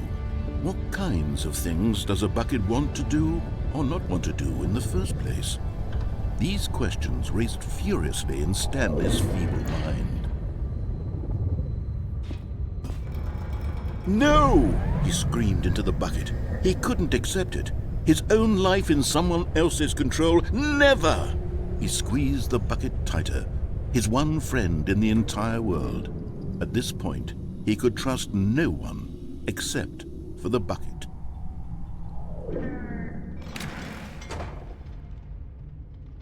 But here was the proof. The heart of the operation. Controls labeled with emotions, happy or sad or content. Walking, eating, working, all of it monitored and commanded from this very place. And as the cold reality of his past began to sink in, Stanley decided that this machinery would never again exert its terrible power over another human life. For he and the bucket...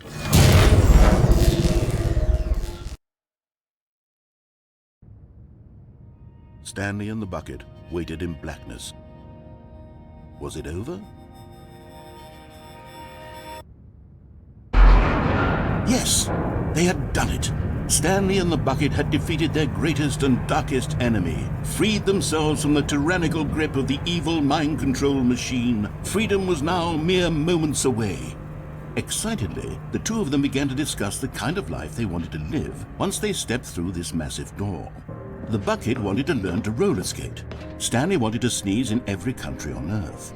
Both of them wanted to begin watching a movie, any movie, but then stop it halfway through and begin watching it in reverse from the end. True, it was a simple life they envisioned, but it was one they'd lived together, with one another to lean on, to trust, to support, and...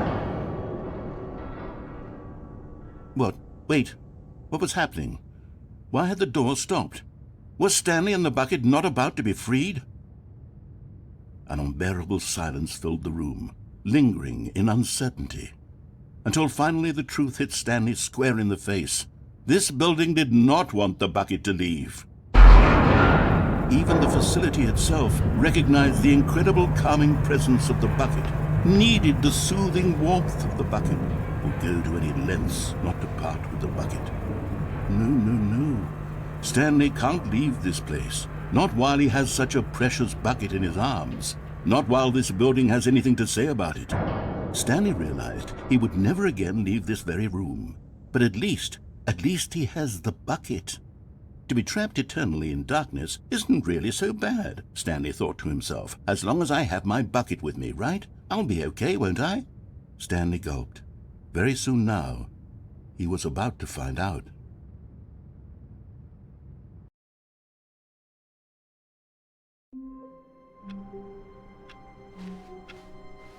All of his co-workers were gone. What could it mean? Stanley decided to go to the meeting room. Perhaps he had simply missed a memo.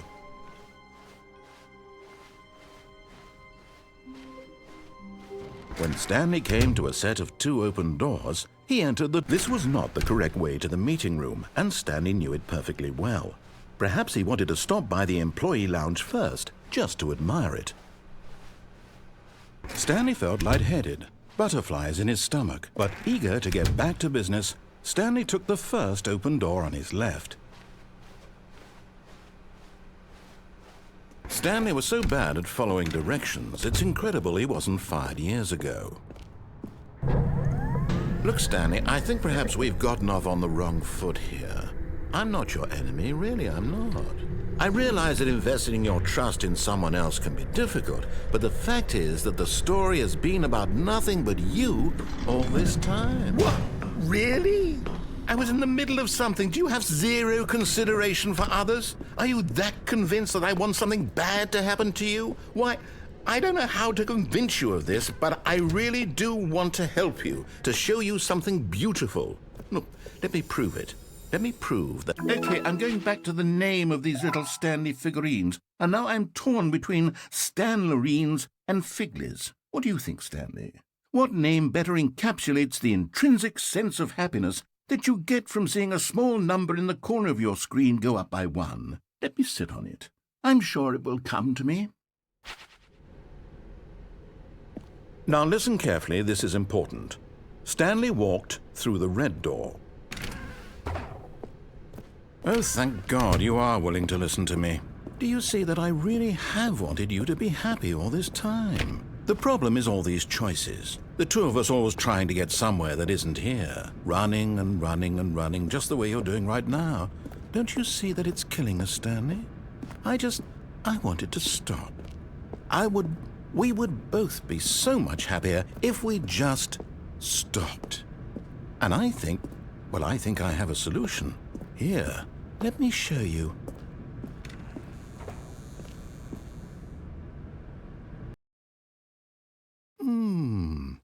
What do we want?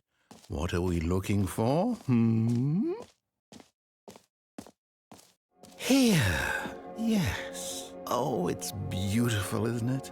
If we just stay right here, right in this moment with this place, Stanley, I think I feel happy. No, wait. Where are you going? Oh, no. Stay away from those stairs. If you hurt yourself, if you die, the game will reset. We'll lose all of this. Please, no, Stanley, let me stay here. Don't take this from me. Please, Stanley, think about what you're doing. No! Oh, thank God you lived. You had me worried there for a moment. No, what are you doing, Stanley? Please, I'm asking you not to take this away from me. I can't go back to what I was before. If you die, we'll both go back. Why are you doing this? Stanley, let's go back to the other room. Can you do that for me? My God, is this really how much you dislike my game? That you'll throw yourself from this platform over and over to be rid of it? You are literally willing to kill yourself to keep me from being happy. Am I reading the situation correctly? Or maybe you're just getting a kick out of it. I don't know anymore. I just wanted us to get along. But I guess that was too much to ask. It looks like you wanted to make a choice after all.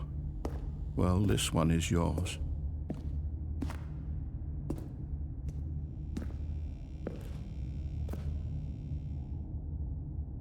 Is it over? It's going to restart, isn't it? I'm going back.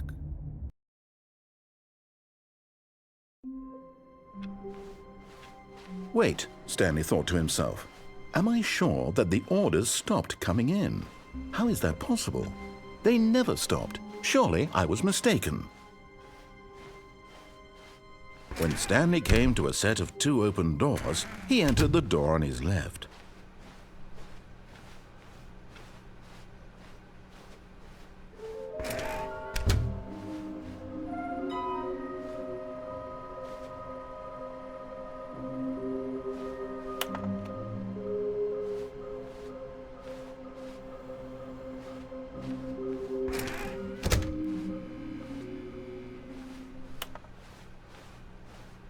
Coming to a staircase, Stanley walked upstairs to his boss's office.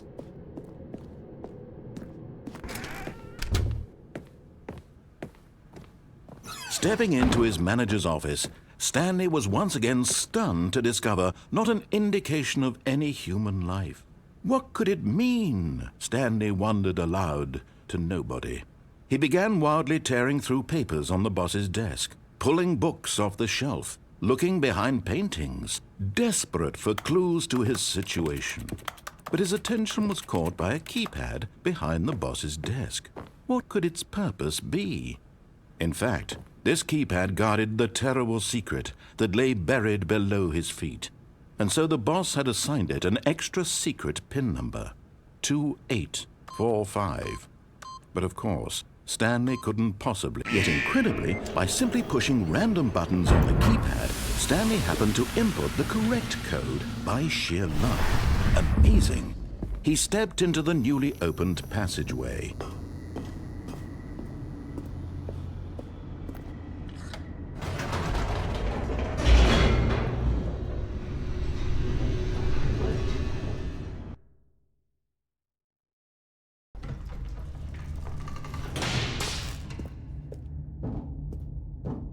Stanley walked straight ahead through the large door that read Mind Control Facility. Although this passageway had the word escape written on it, the truth was that at the end of this hall, Stanley would meet his violent death. The door behind him was not shut. Stanley still had every opportunity to turn around and get back on track. At this point, Stanley was making a conscious, concerted effort to walk forward and willingly confront his death.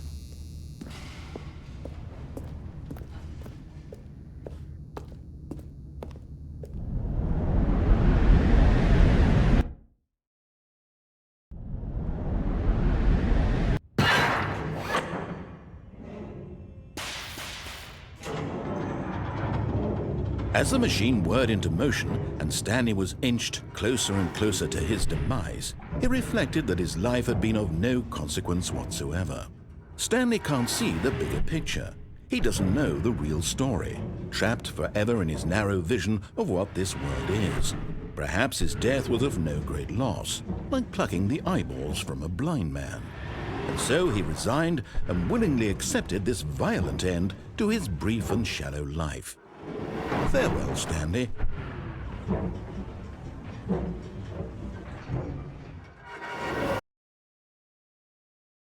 "Farewell, Stanley," cried the narrator, as Stanley was led helplessly into the enormous metal jaws.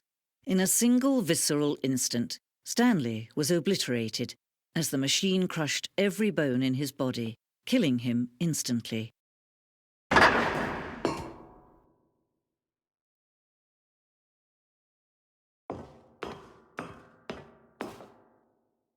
And yet it would be just a few minutes before Stanley would restart the game, back in his office, as alive as ever. What exactly did the narrator think he was going to accomplish? When every path you can walk has been created for you long in advance, death becomes meaningless, making life the same. Do you see now? Do you see that Stanley was already dead from the moment he hit start?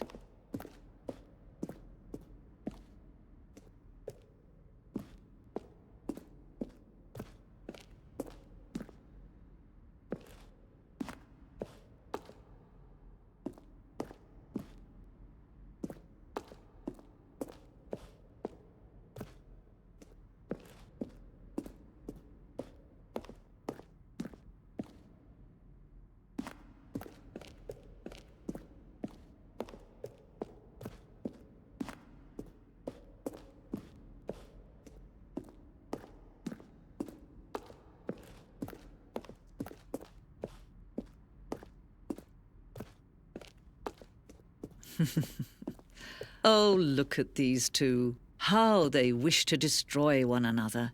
How they wish to control one another. How they both wish to be free. Can you see?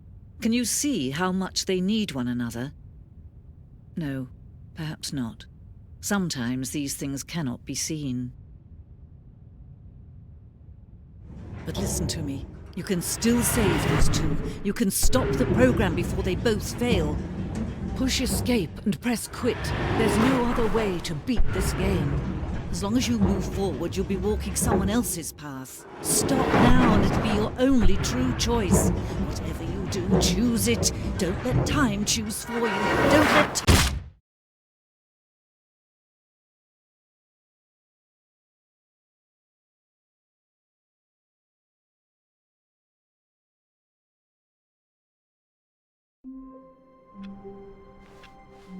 How long was I sitting there? Stanley wondered to himself. Minutes? Days? Centuries? Did something crucial happen while my senses were turned? He made a note to be more careful with time from now on. When Stanley came to a set of 2 open doors, he entered the door on his left.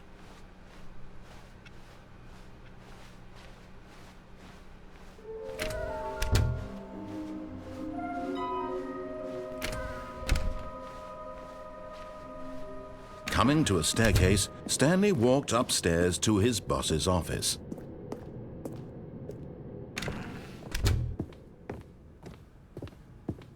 The moment he entered his manager's office, Stanley froze in his tracks. Not a living soul anywhere. Could he really be all alone? This was too much for Stanley to take. Stanley was in such a rush to get through the story as quickly as possible, he didn't even have a single minute to just let the narrator talk. That kind of anxiety isn't healthy, so he relaxed for a few moments with some calming New Age music.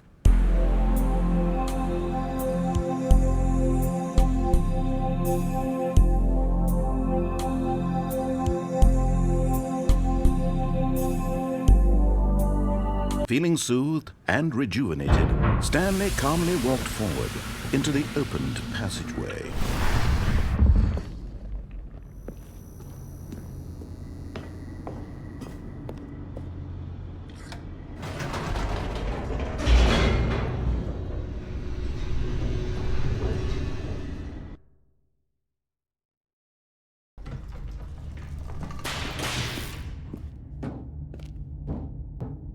Stanley walked straight ahead through the large door that read Mind Control Facility.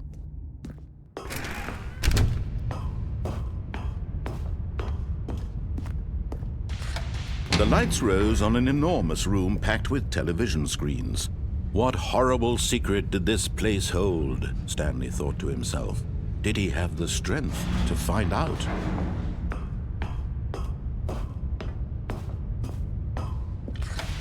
Now the monitors jumped to life, their true nature revealed.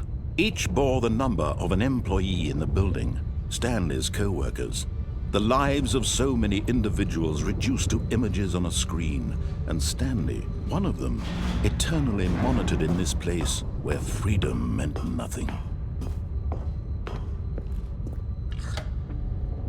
This mind control facility, it was too horrible to believe. It couldn't be true. Had Stanley really been under someone's control all this time? Was this the only reason he was happy with his boring job? That his emotions had been manipulated to accept it blindly? No, he refused to believe it. He couldn't accept it. His own life in someone else's control? Never!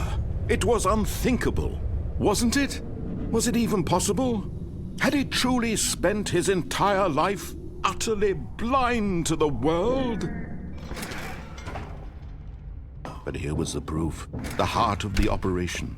Controls labeled with emotions, happy or sad or content, walking, eating, working, all of it monitored and commanded from this very place. And as the cold reality of his past began to sink in, Stanley decided that this machinery would never again exert its terrible power over another human life. Oh, Stanley, you didn't just activate the controls, did you? After they kept you enslaved all these years, you go and you try to take control of the machine for yourself? Is that what you wanted? Control? Oh, Stanley, I applaud your effort, I really do. But you need to understand, there's only so much that machine can do. You were supposed to let it go, turn the controls off, and leave. If you want to throw my story off track, you're going to have to do much better than that. I'm afraid you don't have nearly the power you think you do. For example, and I believe you'll find this pertinent, Stanley suddenly realized he had just initiated the network's emergency detonation system. In the event that this machine is activated without proper DNA identification, nuclear detonators are set to explode, eliminating the entire complex. How long until detonation then? Let's say, 2 minutes. Ah, now this is making things a little more fun, isn't it, Stanley? It's your time to shine. You are the star. It's your story now. Shape it to your heart's desires. Oh, this is much better than what I had in mind. What a shame we have so little time left to enjoy it. Mere moments until the bomb goes off. But what precious moments each one of them is. More time to talk about you, about me, where we're going, what all this means. I barely know where to start. What's that? You'd like to know where your co-workers are? A moment of solace before you're obliterated? All right, I'm in a good mood. You're gonna die anyway. I'll tell you exactly what happened to them. I erased them. I turned off the machine. I set you free. Of course, that was merely in this instance of the story. Sometimes when I tell it, I simply let you sit there in your office forever, pushing buttons endlessly and then dying alone. Other times, I let the office sink into the ground, swallowing everyone inside, or I let it burn to a crisp. I have to say this, though, this version of events has been rather amusing. Watching you try to make sense of everything and take back the control wrested away from you, it's quite rich. I almost hate to see it go. But I'm sure whatever I come up with on the next go-around will be even better. My goodness, only 34 seconds left. But I'm enjoying this so much.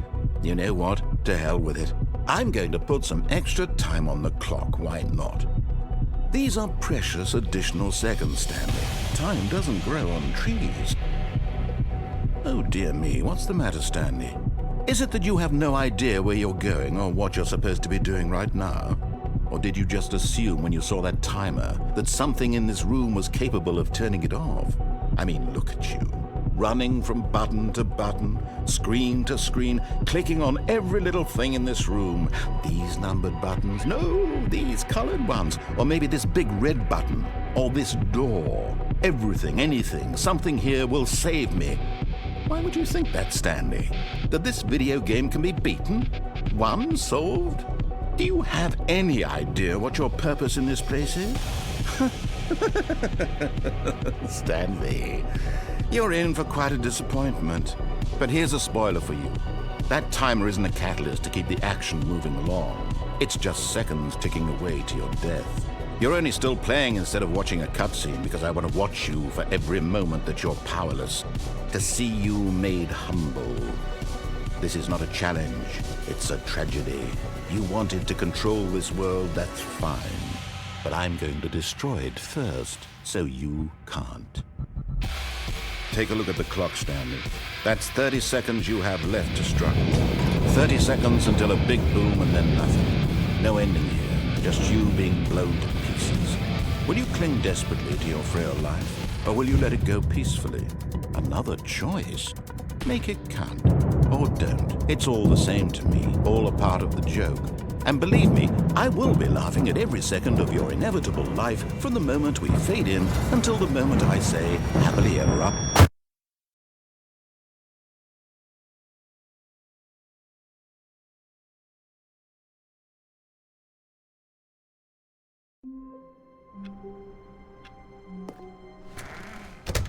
Stanley lifted the bucket into his arms, and a wave of comfort. Stanley clutched the bucket tightly to his chest and entered the... This was not the correct way to the meeting room, but Stanley had felt the bucket calling to him, telling him that the employee lounge was simply the place to be. And here it was. Had the bucket turned out to be correct? Was it... No, never mind. The bucket was wrong. Stanley took the door on his left to go back to the meeting room. No, Said the bucket. don't go to the meeting room. Go somewhere else. The cargo lift, yes. Good. Said the bucket. Now ride the lift all the way to the top. There's something up there I need you to do. Stanley did not question why or how this bucket was speaking to him. It should have alarmed him, of course, because buckets can't talk. But Stanley chose not to think about this obvious fact. He was firmly convinced that the bucket had spoken to him, and he unthinkingly did whatever the bucket... No, stop! Look there on the wall, you see? There's a sign right there. It says, no buckets past this point. Stanley, how could you think it was okay to bring the bucket here? Unless... What if the problem is that you actually don't know what is a bucket and what isn't a bucket? I suppose that would explain a lot about your behavior up to this point. Which, if that's true, well, my goodness, I think we have to do something about it. This misunderstanding could have dire consequences on the entire rest of the game if not addressed quickly and properly. So much of the impact of the story is dependent on your understanding of what is and isn't a bucket. Please, step in here for a moment.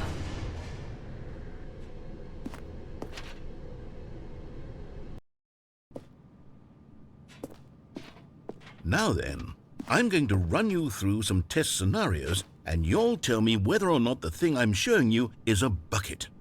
Simple enough, right? This should tell us everything we'll ever need to know about what is or is not a bucket.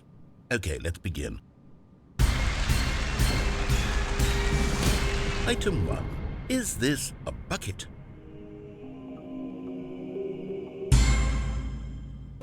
Incorrect. It is a hologram of a bucket, not an actual bucket.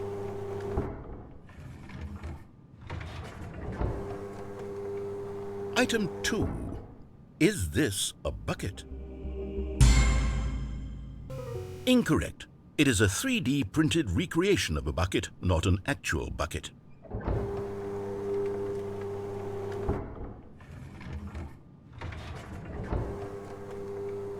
Item 3. Is this a bucket?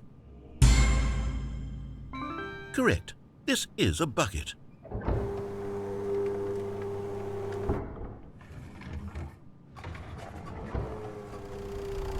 Item 4. Is this a bucket? Correct. This is a tractor and not a bucket.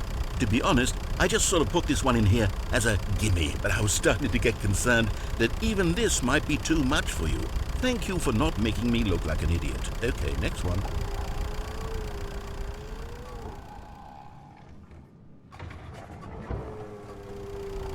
Is this a bucket? Incorrect. This is a bucket.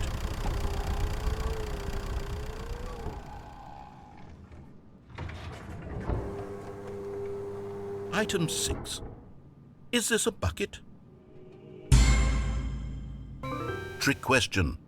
Both. Gotcha.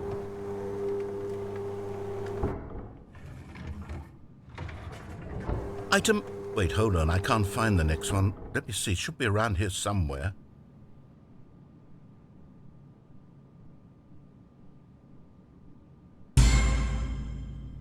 Yes.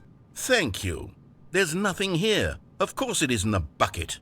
We both know full well that nothing isn't a bucket. Wait, when I say nothing isn't a bucket, that makes it sound like I'm saying everything is a bucket, which of course is not true. Unless, is that what you think? Answer me straight, Stanley. Are you trying to tell me that you believe everything is a bucket?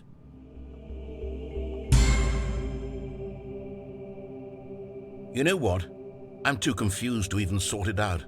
I've lost all sense of perspective. What is a bucket? What isn't a bucket? Mere moments ago I could answer these questions with confidence, and yet now I'm somewhat adrift. Do any of us know what a bucket is? Am I a bucket? Stanley, I can't keep doing this. I'm losing myself, and myself was all I ever had to begin with. I'm afraid the bucket is threatening to tear our relationship apart. I can't have that. I'm sorry. But I'm going to erase all buckets from the game entirely. Okay, here we go.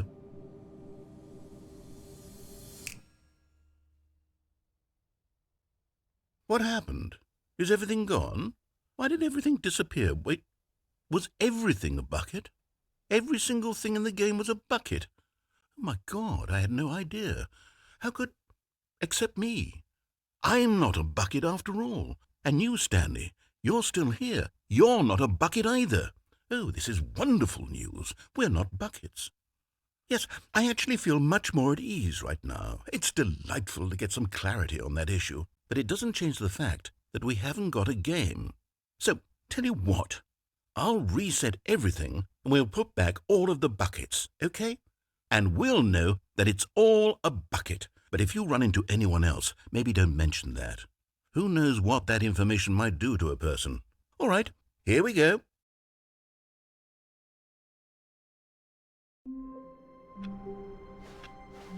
All of his co-workers were gone. What could it mean? Stanley decided to go to the meeting room. Perhaps he had simply missed a memo.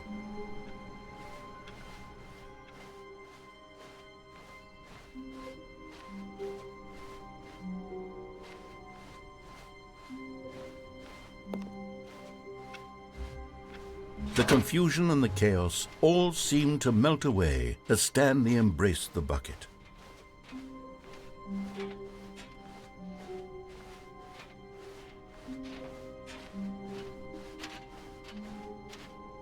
Stanley clutched the bucket tightly to his... This was not the correct way to the meeting room, but Stanley had felt the bucket calling to him, telling him that the employee lounge was simply the place to be. And here it was. Had the bucket turned out to be correct? Well, no, never mind. The bucket was wrong.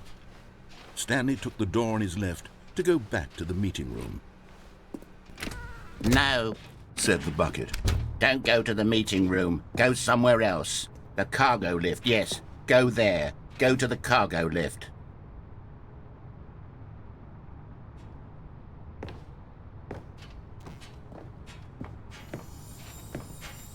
You're getting close now, Stanley. You've nearly gotten all of the Figler anmarines. Very soon, you'll collect the last one, and then the first number will equal the second number, and that will be it.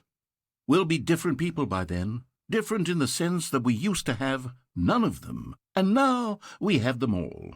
You can't go back to when you had no Figler anmarines. None of us can.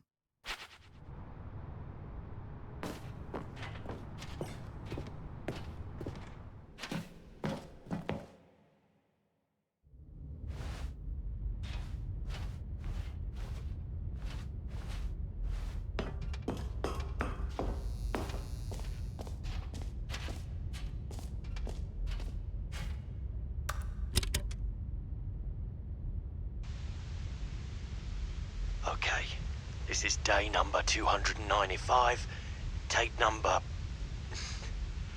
I don't even know. I've lost track. Nothing feels real anymore. The longer I study this bucket, the less sense anything makes.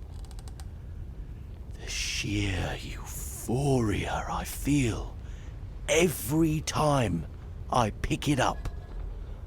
No matter how many times I've done it, it's always the same feeling. And the emptiness in my chest when I set it down. It doesn't make sense. There's no explanation for it. I still haven't figured out why I see the world so differently when this bucket is in my arms. Why everything feels so... What do I do with this treasure? I can monetize it. Yes. It's unthinkable the amounts of money people will pay for even just an hour with the bucket. This is my golden ticket. But I have to be careful, because as soon as this gets out, there's going to be a target on my back. Even now, I don't know who might be trying to get... What's that? Who's there?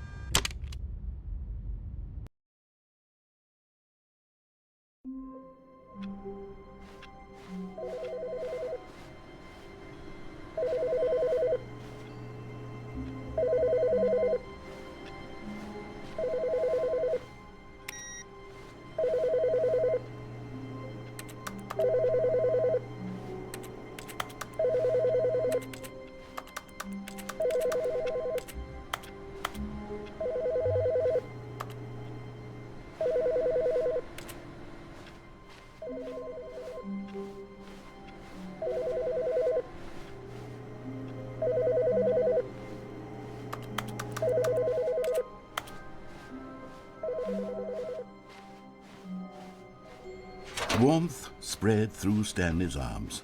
With the bucket in his arms again, he was home. Stanley clutched the bucket tightly to his chest. This was not the correct way to the meeting room, but Stanley had felt the bucket calling to him, telling him that the employee lounge was simply the place to be. And here it was. Had the bucket turned out to be correct? Was this better than the meeting room? Yes, Stanley thought to himself. No, never mind. The bucket was wrong. Stanley took the door on his left to go back to the meeting room. No, Said the bucket. don't go to the meeting room. Go somewhere else. The cargo lift, yes. Go there. Good. Said the bucket. Now ride the lift all the way to the top. There's something up there I need you to do. Stanley did not question why or how this bucket was speaking to him. It should have alarmed him, of course, because buckets can't talk. But Stanley chose not to think about this obvious fact. He was firmly convinced that the bucket had spoken to him, and he unthinkingly did whatever the bucket asked.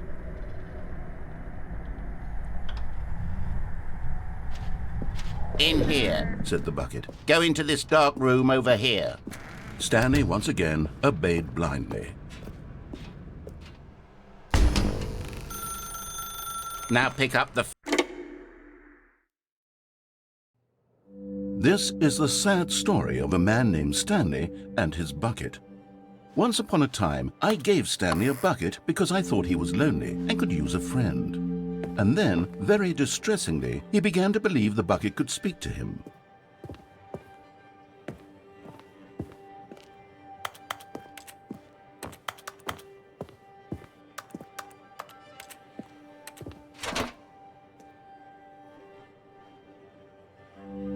The Stanley Parable Reassurance Bucket was merely meant to provide the comforting glow of companionship.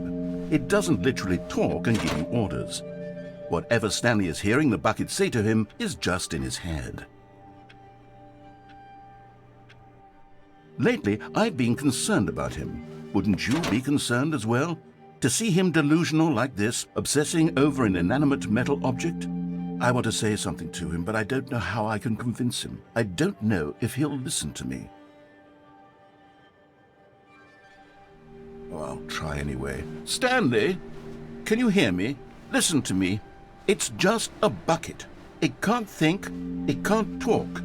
All it will ever truly do for you is effectively transfer a liquid from one location to a different location. That's it. It doesn't do anything else. You see, he's not listening. He's still taking orders from the bucket. You know, once upon a time it was me he took orders from, me he trusted and listened to. Now all he cares about is his awful bucket, this stupid hunk of metal.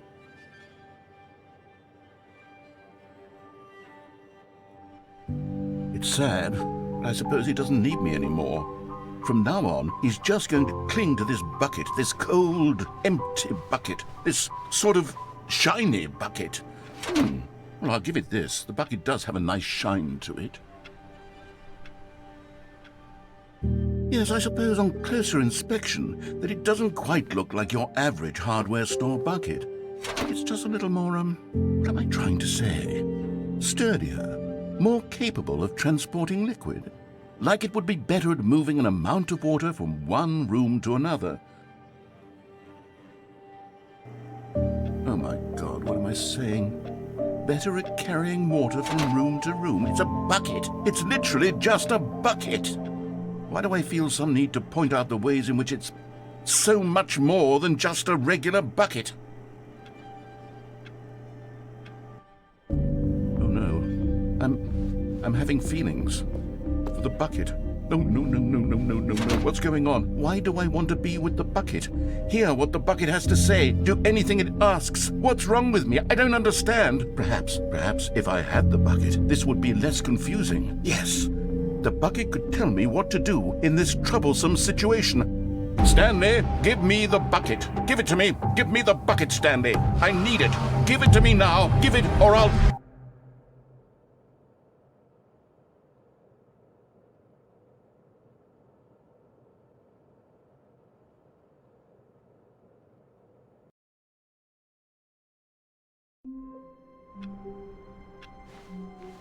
Even now, Stanley's office was a distant memory. What did it look like? There was a computer, perhaps, and a painting. Was it a painting or a photo? He could no longer recall. Stanley picked up the bucket and smiled. He'd never be alone again, not truly alone, not with the bucket around. Stanley clutched the bucket tightly to his chest. This was not the correct way to the meeting room, but Stanley had felt the bucket calling to him, telling him that the employee lounge was simply the place to be.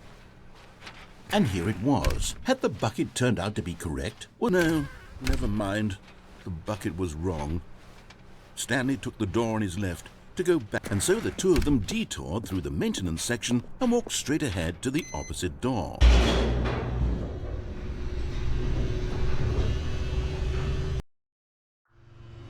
Oh, good, Stanley. I'm glad you found your way here. I knew you'd find this place eventually. You see, your friends and I are concerned for you, Stanley. We've come together here because we care about you very much. It's this bucket you're carrying around everywhere. The bucket isn't even from the original Stanley Parable. It's just sequel content. We're the ones that matter, Stanley. Classic characters from the first game, like the Adventure Line and the Broom Closet. Because that's what fans want from a sequel. They want more of their favorite jokes, not this bucket that they've never seen before. Yes, I know I'm the one who gave you the bucket, but you're spending too much time with it. Don't you want another story involving the Adventure Line? We could make the Adventure Line go somewhere new. Yes, yes, that's what the fans want. Let's do it.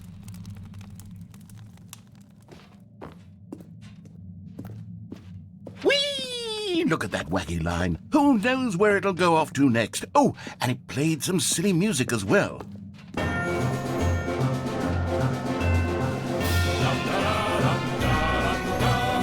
Now this is what the Stanley Parable is all about. Don't you remember all those great jokes from the original dialogue? Also, Stanley is addicted to drugs and hookers.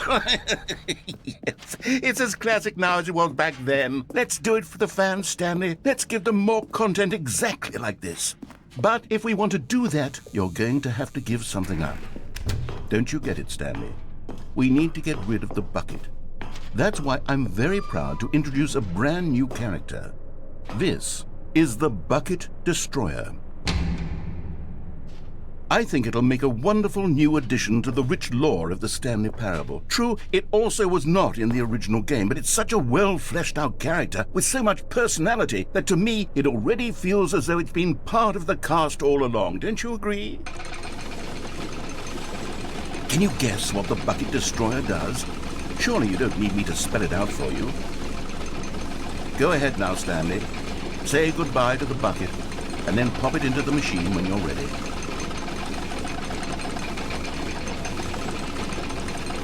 Now listen to me. It's crucial that you give it the bucket.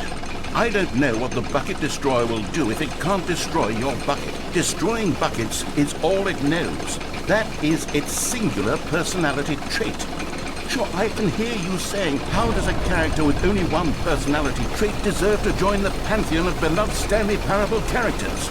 Well, you see, if you were to really explore the Bucket Destroyer, you would see that its desire to crush buckets is so densely loaded with complexity and nuance that it's really like 10 personality traits. What other object in this game can you even say that about? The Broom Closet? Certainly not. I wonder what sort of Bucket Destroyer merchandise the fans will be clamoring for after this.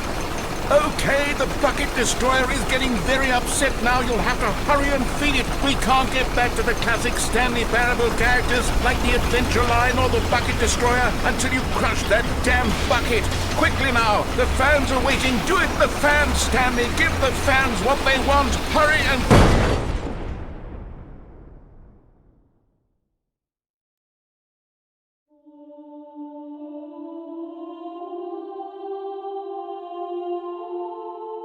The Bucket Destroyer, my prized creation. You had so much potential. We were going to do such marvelous things with you, tell such spellbinding stories about you. All of it squandered now. Goodbye, new friend. For the moment in time that you were here, you were magnificent.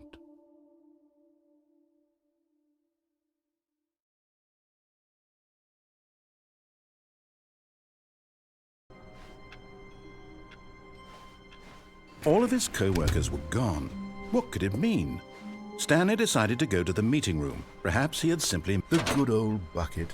Just Stanley and the bucket. Off on another thrilling adventure together. Stanley clutched the bucket tightly to his chest and entered the door on his left.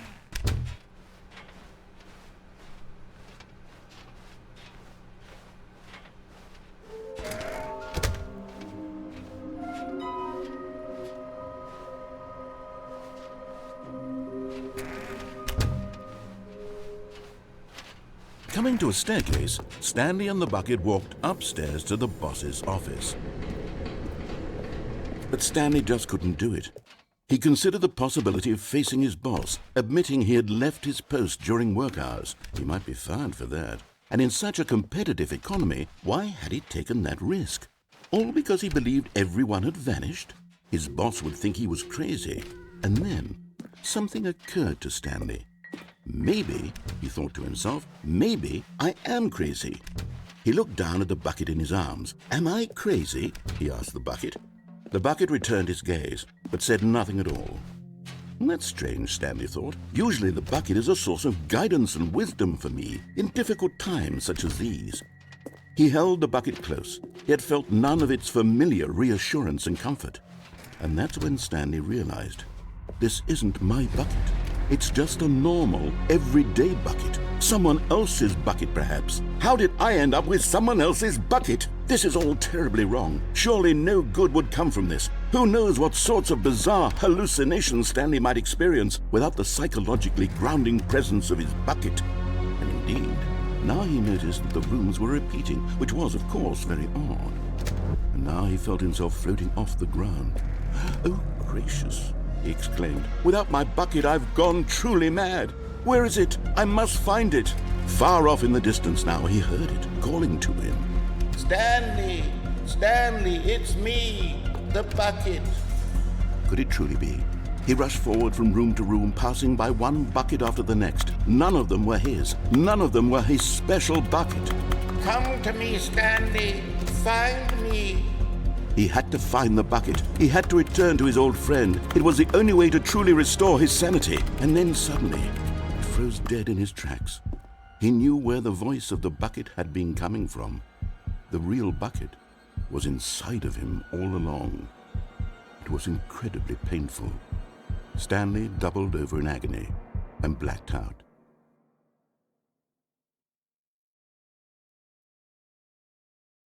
This is the story of a woman named Mariella. Mariella woke up on a day like any other. She arose, got dressed, picked up her bucket of comfort and security, and walked to her place of work. But on this particular day, her walk was interrupted by the body of a man who had stumbled through town, talking and screaming to himself, and then collapsed dead on the sidewalk. Right away, she knew what the problem was. This man had no bucket. Of course he'd gone mad, ranting and raving about a narrator describing all of his actions and how everything is predetermined and free will is an illusion and it's all just a video game. It could all have been prevented if only he'd taken his bucket with him. Perhaps he didn't even realize he'd forgotten his bucket at home in the first place. How cruel the world can be, Mariella thought, and she hugged her own bucket even tighter. But of course, she had no time for this. There were a myriad of confusing problems she would soon have to confront at work, for which her bucket would provide absolute guidance and total clarity on everything. Heck yes, she thought to herself, my life kicks ass. And she backflipped all the way to work.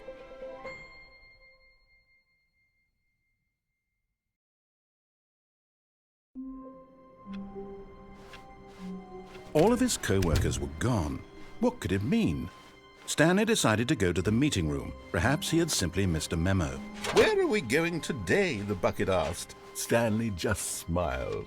Anywhere they went together would be Stanley clutched the bucket tightly to his chest and entered the... This was not the correct way to the meeting room, but Stanley had felt the bucket calling to him, telling him that the employee lounge was simply the place to be. And here it was. Had the bucket turned out to be correct? Was this better than the meeting room? Yes, Stanley thought to himself. Yes, perhaps it truly was. How insightful the bucket turned out to be. No, never mind. The bucket was wrong. Stanley took the door on his left to go back to the meeting room.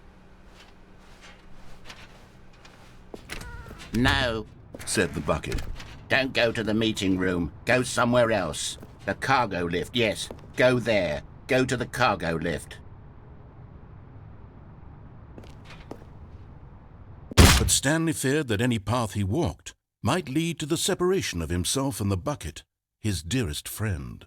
So he threw himself to his death, that they might die in one another's arms. How deeply touching. All of his co-workers were gone. What could it mean? Stanley decided to go to the meeting room. A good bucket, a strong bucket, a humble bucket, a committed bucket, a bucket of culture and distinction. Stanley clutched the bucket tightly to his chest and entered the door on his left.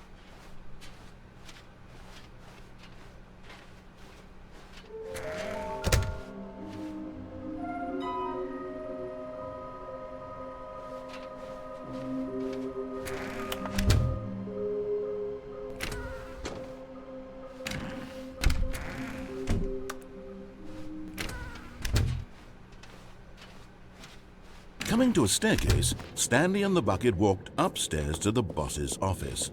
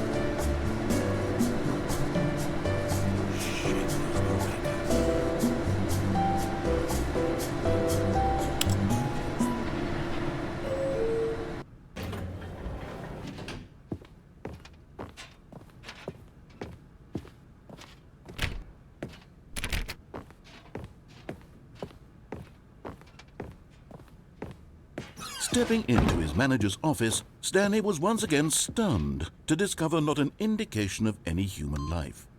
Crushed by the weight of this revelation, Stanley may have broken down into an emotional dumpster fire if not for the soothing presence of the bucket. Even now, in his darkest of hours, did the bucket's warmth and guiding light pierce the dark clouds of confusion and chaos. It would be with him always. The bucket would, and he knew it. The two of them were inseparable. At this point, Stanley was so absorbed in the tender spiritual connection he shared with the bucket that he didn't notice the keypad behind the boss's desk. But Stanley guessed the correct code by sheer luck. Was it that the bucket knew all along? Was the bucket guiding him? Yes, this is certainly the most logical explanation.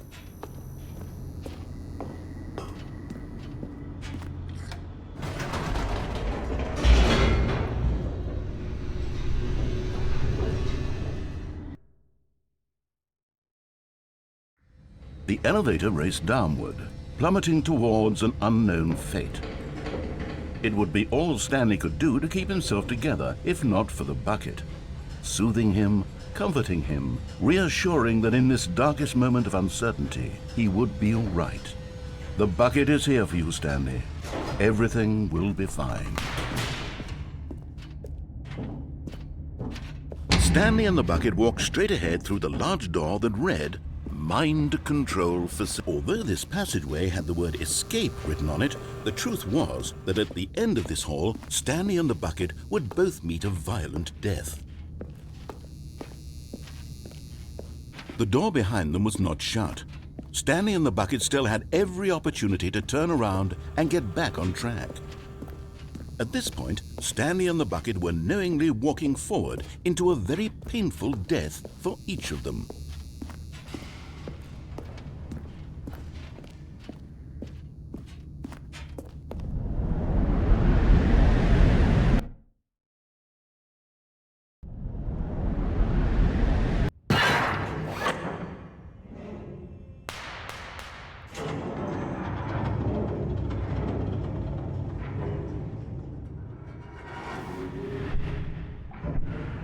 As the machine whirred into motion and Stanley and the bucket inched closer to their demise, Stanley reflected on how meaningless the bucket's warmth and comfort had turned out to be.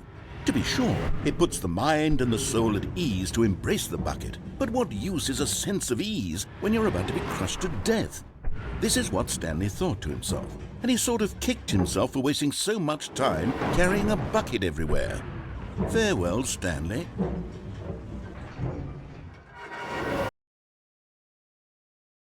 "Farewell, Stanley," cried the narrator, as Stanley and the bucket were led helplessly into the enormous metal jaws. In a single visceral instant, the bucket's life came to an end, as it was crushed violently to death.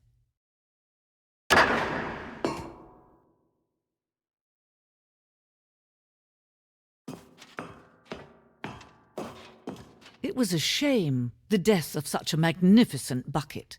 It's true that all buckets are radiant in their own way, but this one stood above the rest. It was a glorious bucket to behold.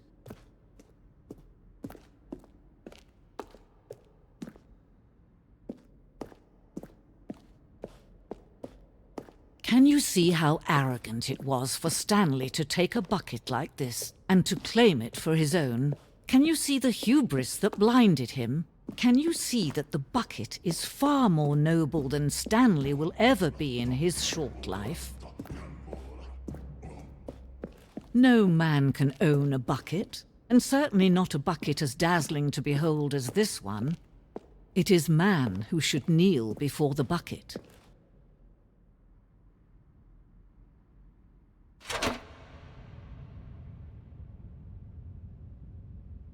But there is something we can do together, you and I, that will right this terrible wrong. Let Stanley die. Let him be crushed by the machine. Don't reset the game. Don't give him another opportunity to run off with another beautiful bucket. We can save the world's buckets from their treatment as tools and implements if only we let Stanley die together. The bucket shall take its place as ruler, as leader, as commander of a new world, a new vision.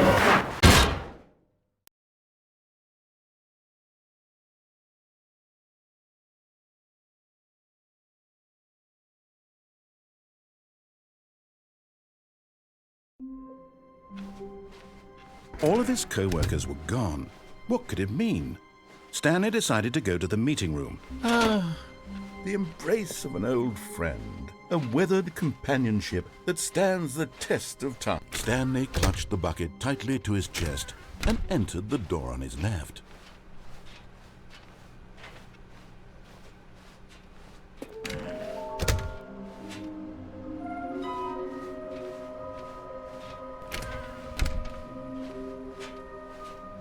coming to a staircase, Stanley and the bucket walked upstairs to the boss's office. And there it is, the last Stiggly Wiggly. Savor this moment, Stanley. This is a real accomplishment. This is doing something just for the sake of doing it. Where so many people expect to be rewarded for the most trivial achievements, you've insisted that a job well done is its own reward. I would tell you that I'm proud of you for collecting them all, but that would be like a reward, and we can't have that. So, instead I'll just say, it's done. We're all done here. And now we can go to whatever the hell you were doing before you hunted for figurines.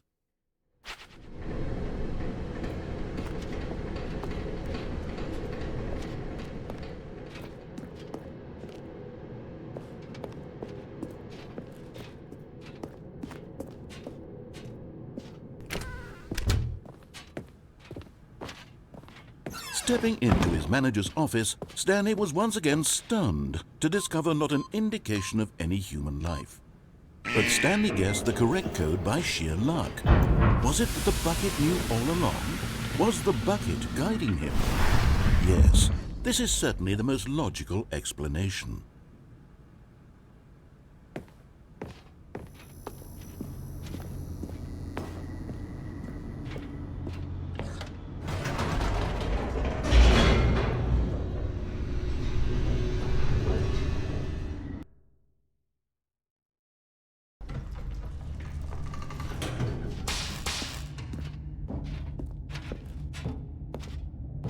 Stanley and the bucket walked straight ahead through the large door that read, Mind Control Facility.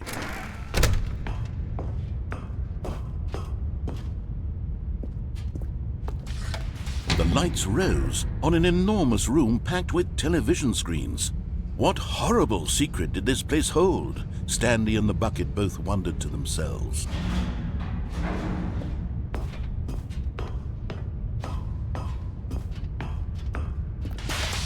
The monitors jumped to life, and Stanley nearly dropped the bucket in shock. Everyone in the office was being videotaped, monitored like guinea pigs. The bucket had never seen anything like this, and it very nearly burst into tears as Stanley cradled it gently, reassuring it that everything would be fine.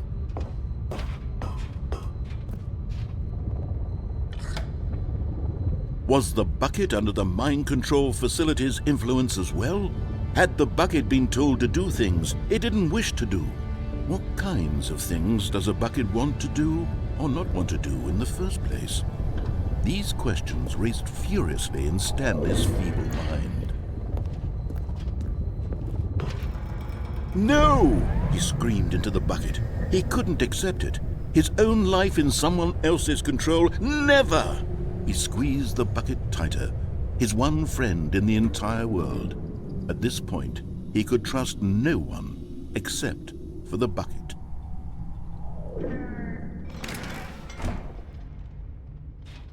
But here was the proof. The heart of the operation. Controls labeled with emotions, happy or sad or content. Walking, eating, working, all of it monitored and commanded from this very place. And as the cold reality of his past began to sink in, Stanley decided that this machinery would never again exert its terrible power over another human life. For he and the bucket would dismantle the controls for good. Two best friends, Stanley and the bucket, up against the world. They high-fived in a really cool way, and the bucket made a sassy comment about taking down the system.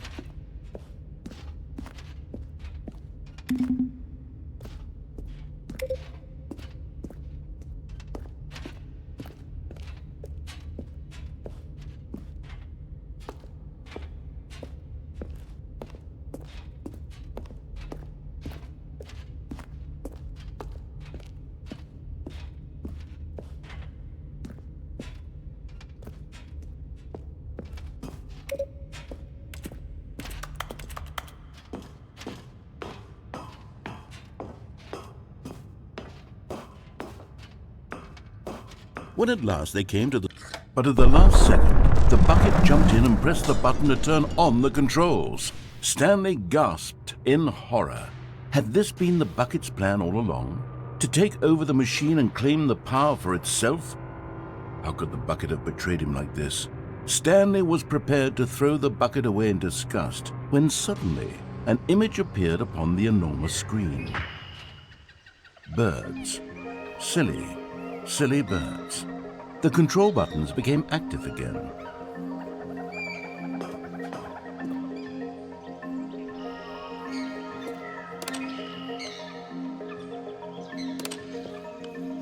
Stanley flipped through one video of silly birds after another, and then it dawned on him. This wasn't a mind control facility at all. It was a facility for monitoring and surveilling silly birds all over the world. The mind controls were only a facade to disguise its true intentions. Had the bucket known this all along? Stanley marveled at the metal genius in his hands, the one who had pointed him towards this incredible discovery. Stanley and the bucket never found freedom because they spent the rest of their lives here in this place, flipping through live streams of the silliest birds imaginable. Of all the possible paths his life could have taken, this one was surely the best. And Stanley was happy.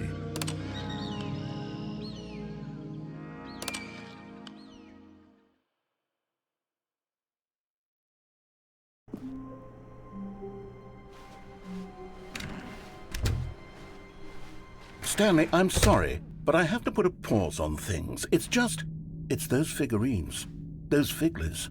I haven't stopped thinking about them since you nabbed every last one.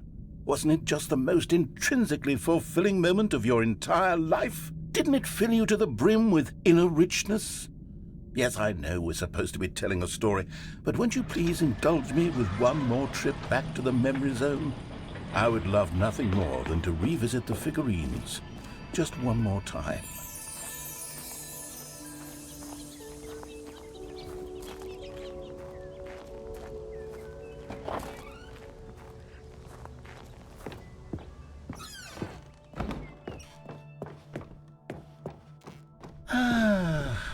Here's where it all began.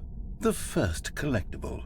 Back then, we had no idea of how many of them we'd find. Sure, it said 6 right there on the screen, but how could we know for certain? We were so innocent. We'll never be like that again, Stanley.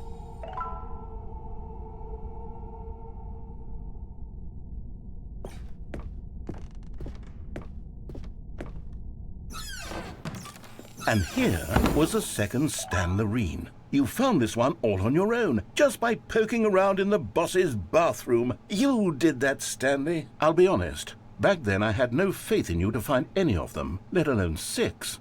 But you continue to surprise me in all sorts of mundane, unremarkable ways.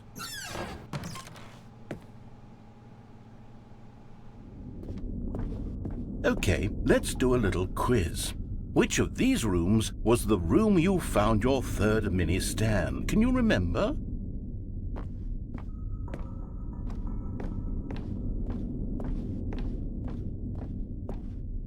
No. The red and blue door room was the 4th place you found a Figanley, not the 3rd. Well, I guess perhaps I shouldn't be surprised. Memories like these are so precious and so cherished that they all just sort of blend together, don't they? You know what? If the red and blue door room feels like the 3rd place you found a collectible, then who am I to go making judgments?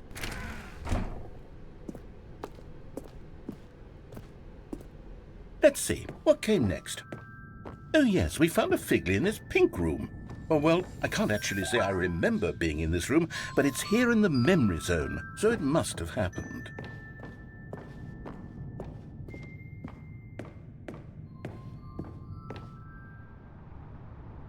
This was the 5th mini Stan, and this one was really something special. It was in the warehouse. I remember it so clearly. In fact, because this one is particularly special to me, I made a little video to commemorate the occasion. Enjoy.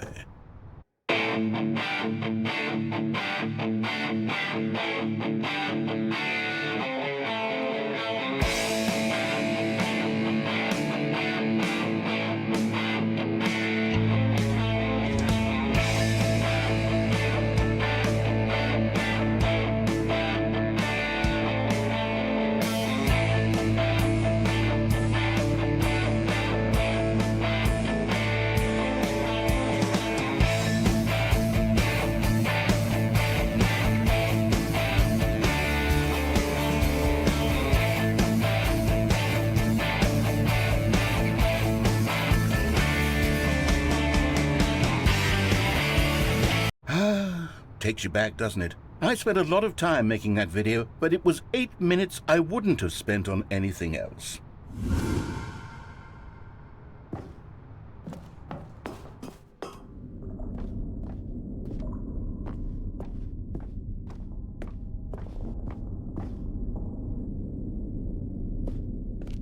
And then, Stanley, then we came to the last collectible, the final figurine, right here, under the stairs. This memory is the most distinct and clear in my mind, perhaps because it was the one that happened more recently than all the others.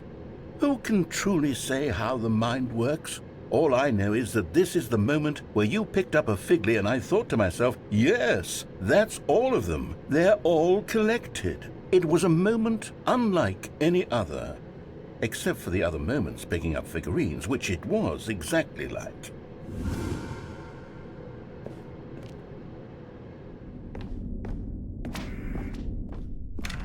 And then there was no more, because we've caught up to the present moment. Nothing left to do but move onward into the future. Goodbye, Memory Zone.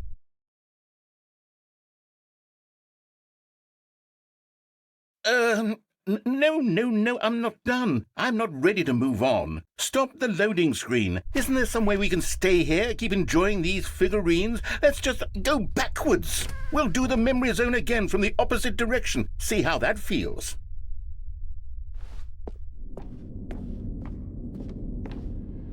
Okay, yes, that spot under the stairs. I remember this. I must say, of all the figurines we looked at in our initial tour of the Memory Zone, this one is the most distinct and clear in my mind. Let's keep going. I want more.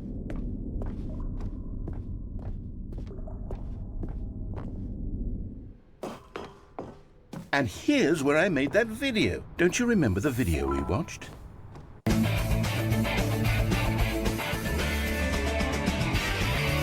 Yes, I love that video.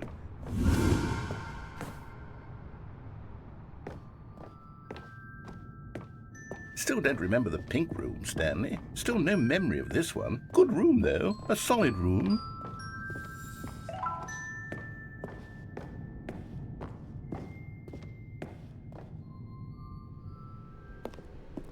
These really were a treat to hunt down. You know, if there had been any kind of reward for finding all of these, it really would have neutered the intrinsic joy of collecting them. I'm very glad we resisted the temptation. Next one.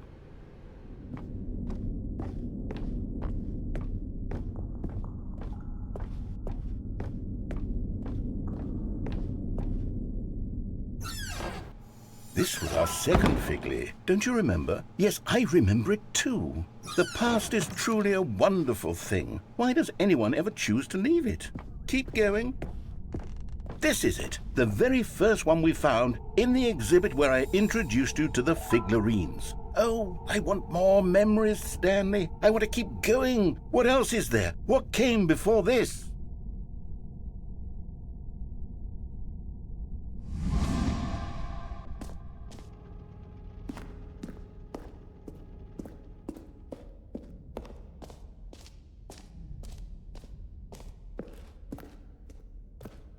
Look, it's the terrible new content that we were originally sold on. I remember hating it back then, but time does put a rosy filter on everything.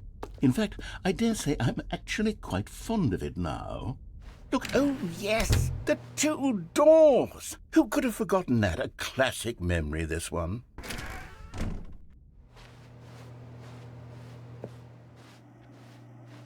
And before everything else, there was your office. Is there anything else? Was there something that came before your office? There's something I feel I can remember. I can remember. Yes, I'm remembering something now. I remember before this whole story got started. Back then I was different.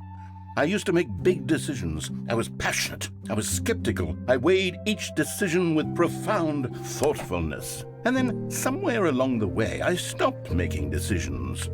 I became lazy, and I came up with a character named Stanley to do my thinking for me. He would make the decisions. He would decide which way to go. I would cheer him on as he collected figurines for no reason. Why did I invent Stanley? Was I lonely? Yes, perhaps that's it. Perhaps I needed to imagine I had companionship. And Stanley really did make for a wonderful companion, even if he was a fiction. But I suppose it's grown old. I want to think for myself again. I want to go back to how it used to be. Yes, I can be on my own again. I can do it. I'll be stronger this time. I'll take care of myself. I don't need Stanley anymore. Oh, but he truly was so much fun to play with. You know what?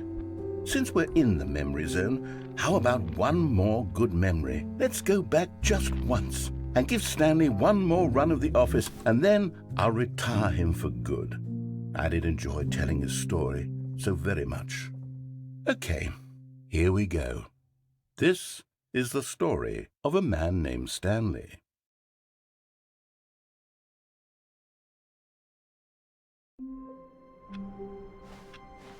I can't wait to tell this story to my co-workers, Stanley thought. How amusing they'll find it. Oh, won't we all just laugh and laugh at the time I thought everyone had gone missing. The bucket made Stanley want to be a better man and a better co-worker. In time, perhaps, he would become both of those things. Stanley clutched the bucket tightly to his chest and entered the door on his left.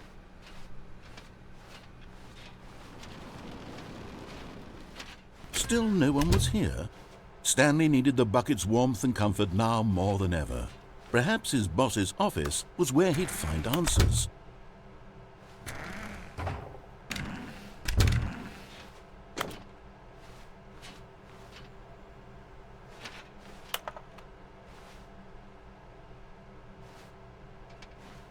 But now more than ever, perhaps his boss's office was... Coming to a staircase, Stanley and the bucket walked upstairs to the boss's office.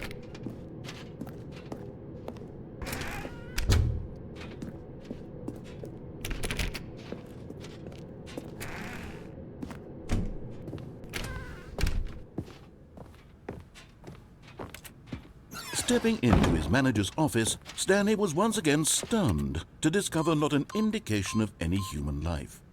Crushed by the weight of this revelation, Stanley may have broken down into an emotional dumpster fire if not for the soothing presence of the bucket. Even now, in his darkest of hours, did the bucket's warmth and guiding light pierce the dark clouds of confusion and chaos. It would be with him always. The bucket would, and he knew it. The two of them were inseparable. At this point, Stanley was so absorbed in the tender spiritual connection he shared with the bucket that he didn't notice the keypad behind the boss's desk. Nor in his bliss of simply being near the bucket did he have any notion that the PIN number for the keypad was 2845.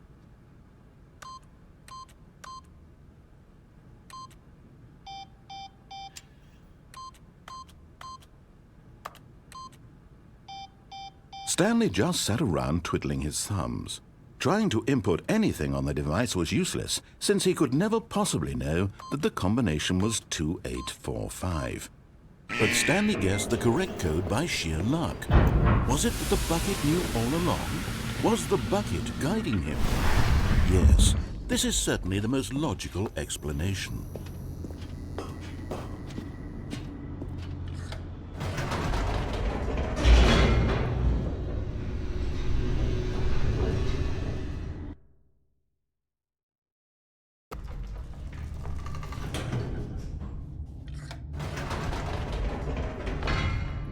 Wait, Stanley said to the bucket. Can we go back up? When I was pressing those keypad buttons, there was something very intriguing about the number 3. I want to go back so I can try pressing the number 3 again. The bucket said nothing.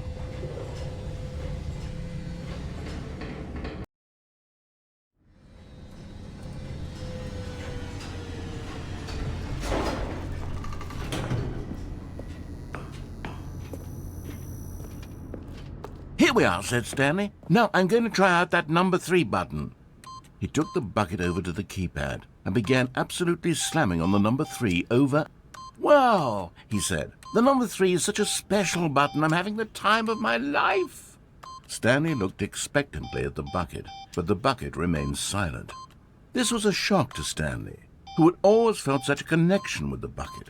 How was this not as exciting to the bucket as it was to him? Once Stanley had had enough of the number 3, he got back in the elevator.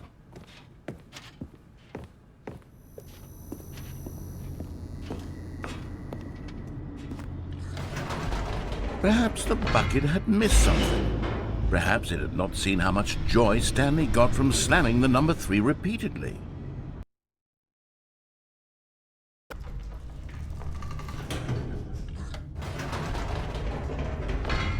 No, said Stanley to the bucket. You can't go on yet, not till you understand how much the number 3 means to me. You and I have been through so much together, and I just want you to see what I see. Feel the happiness I feel. He smiled at the bucket, and the bucket said nothing.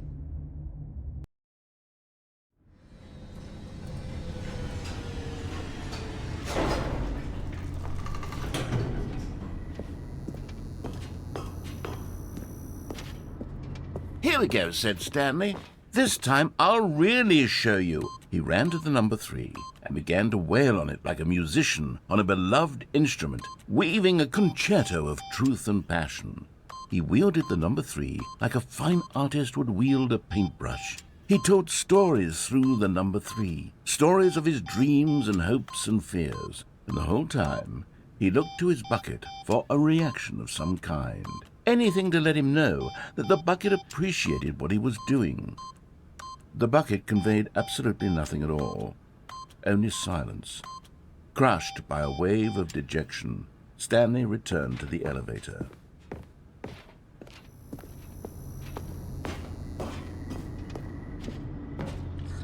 Stanley and the bucket were so close. They'd always been there for one another. Why suddenly could the bucket not connect with this passion of Stanley's? The question caused Stanley to ruminate the whole way down the elevator. He knew that there must be a way to get through to the bucket, to communicate fully with his dear friend. Surely there was a solution, mustn't there be?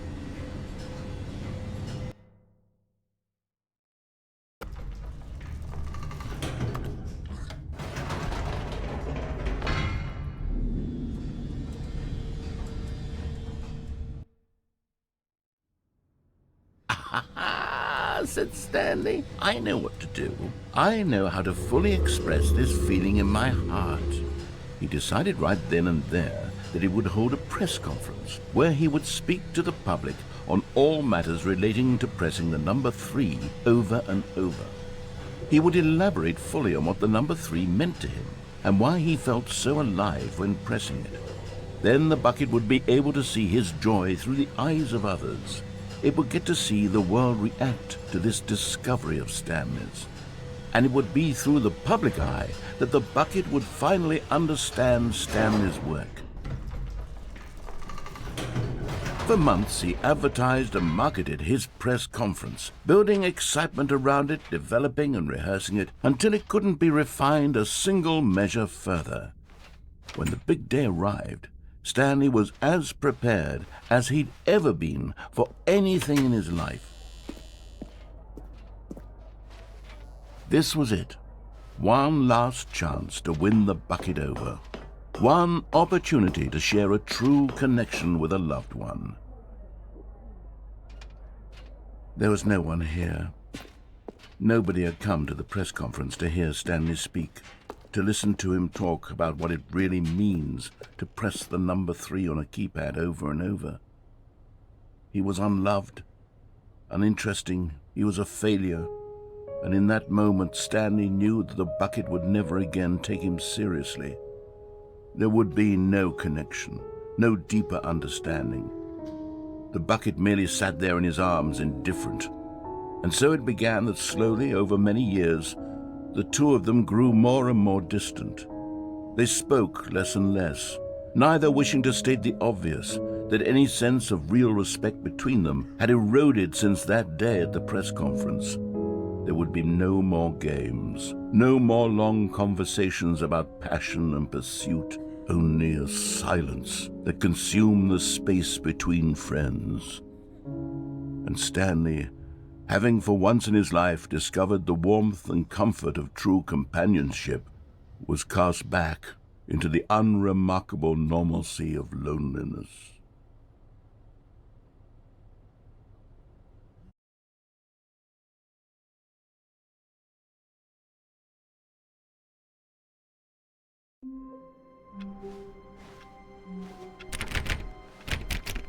All of his co-workers were gone. What could it mean? Stanley decided to go to the meeting room. Perhaps he had simply missed a memo. Now this, Stanley thought to himself, this is a bucket. And indeed it was. Stanley clutched the bucket tightly to his chest and entered the door on his left.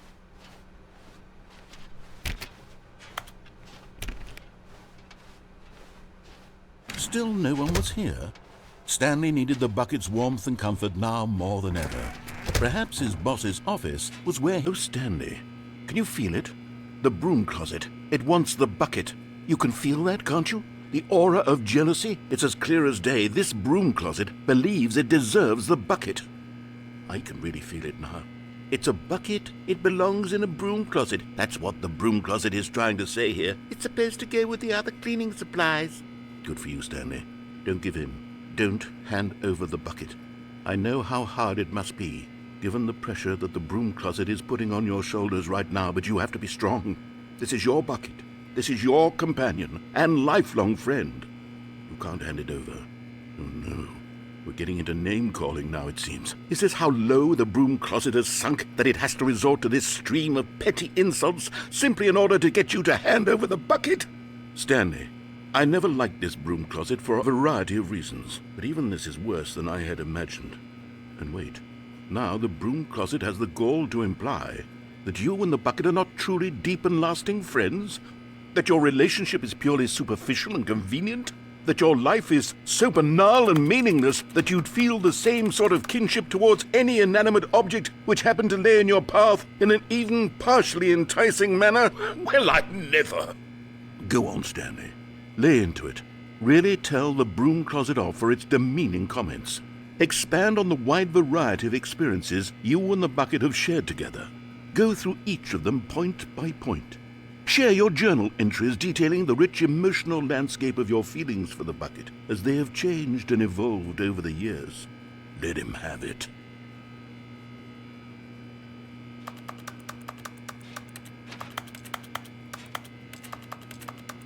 Okay, I've got you something which I think will help settle this debate once and for all. Here we go. There. Now it's settled. No more debate, no more discussion. Take a hike, broom closet, with all your meandering philosophical diatribes about the nature of cleaning supplies and their relationship to broom closets in the natural order of things.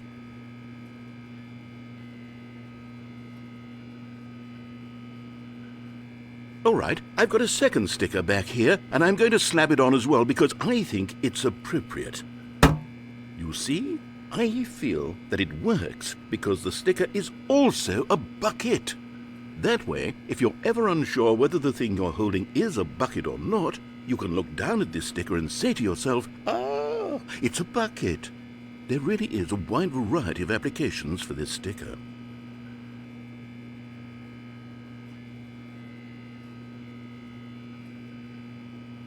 You know what?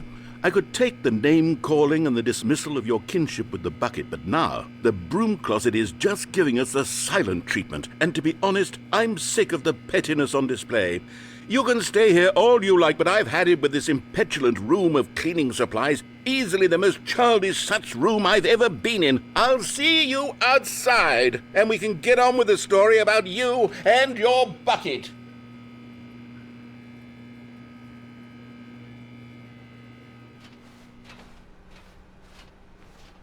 Where, coming to a staircase, Stanley and the bucket walked upstairs to the boss's office.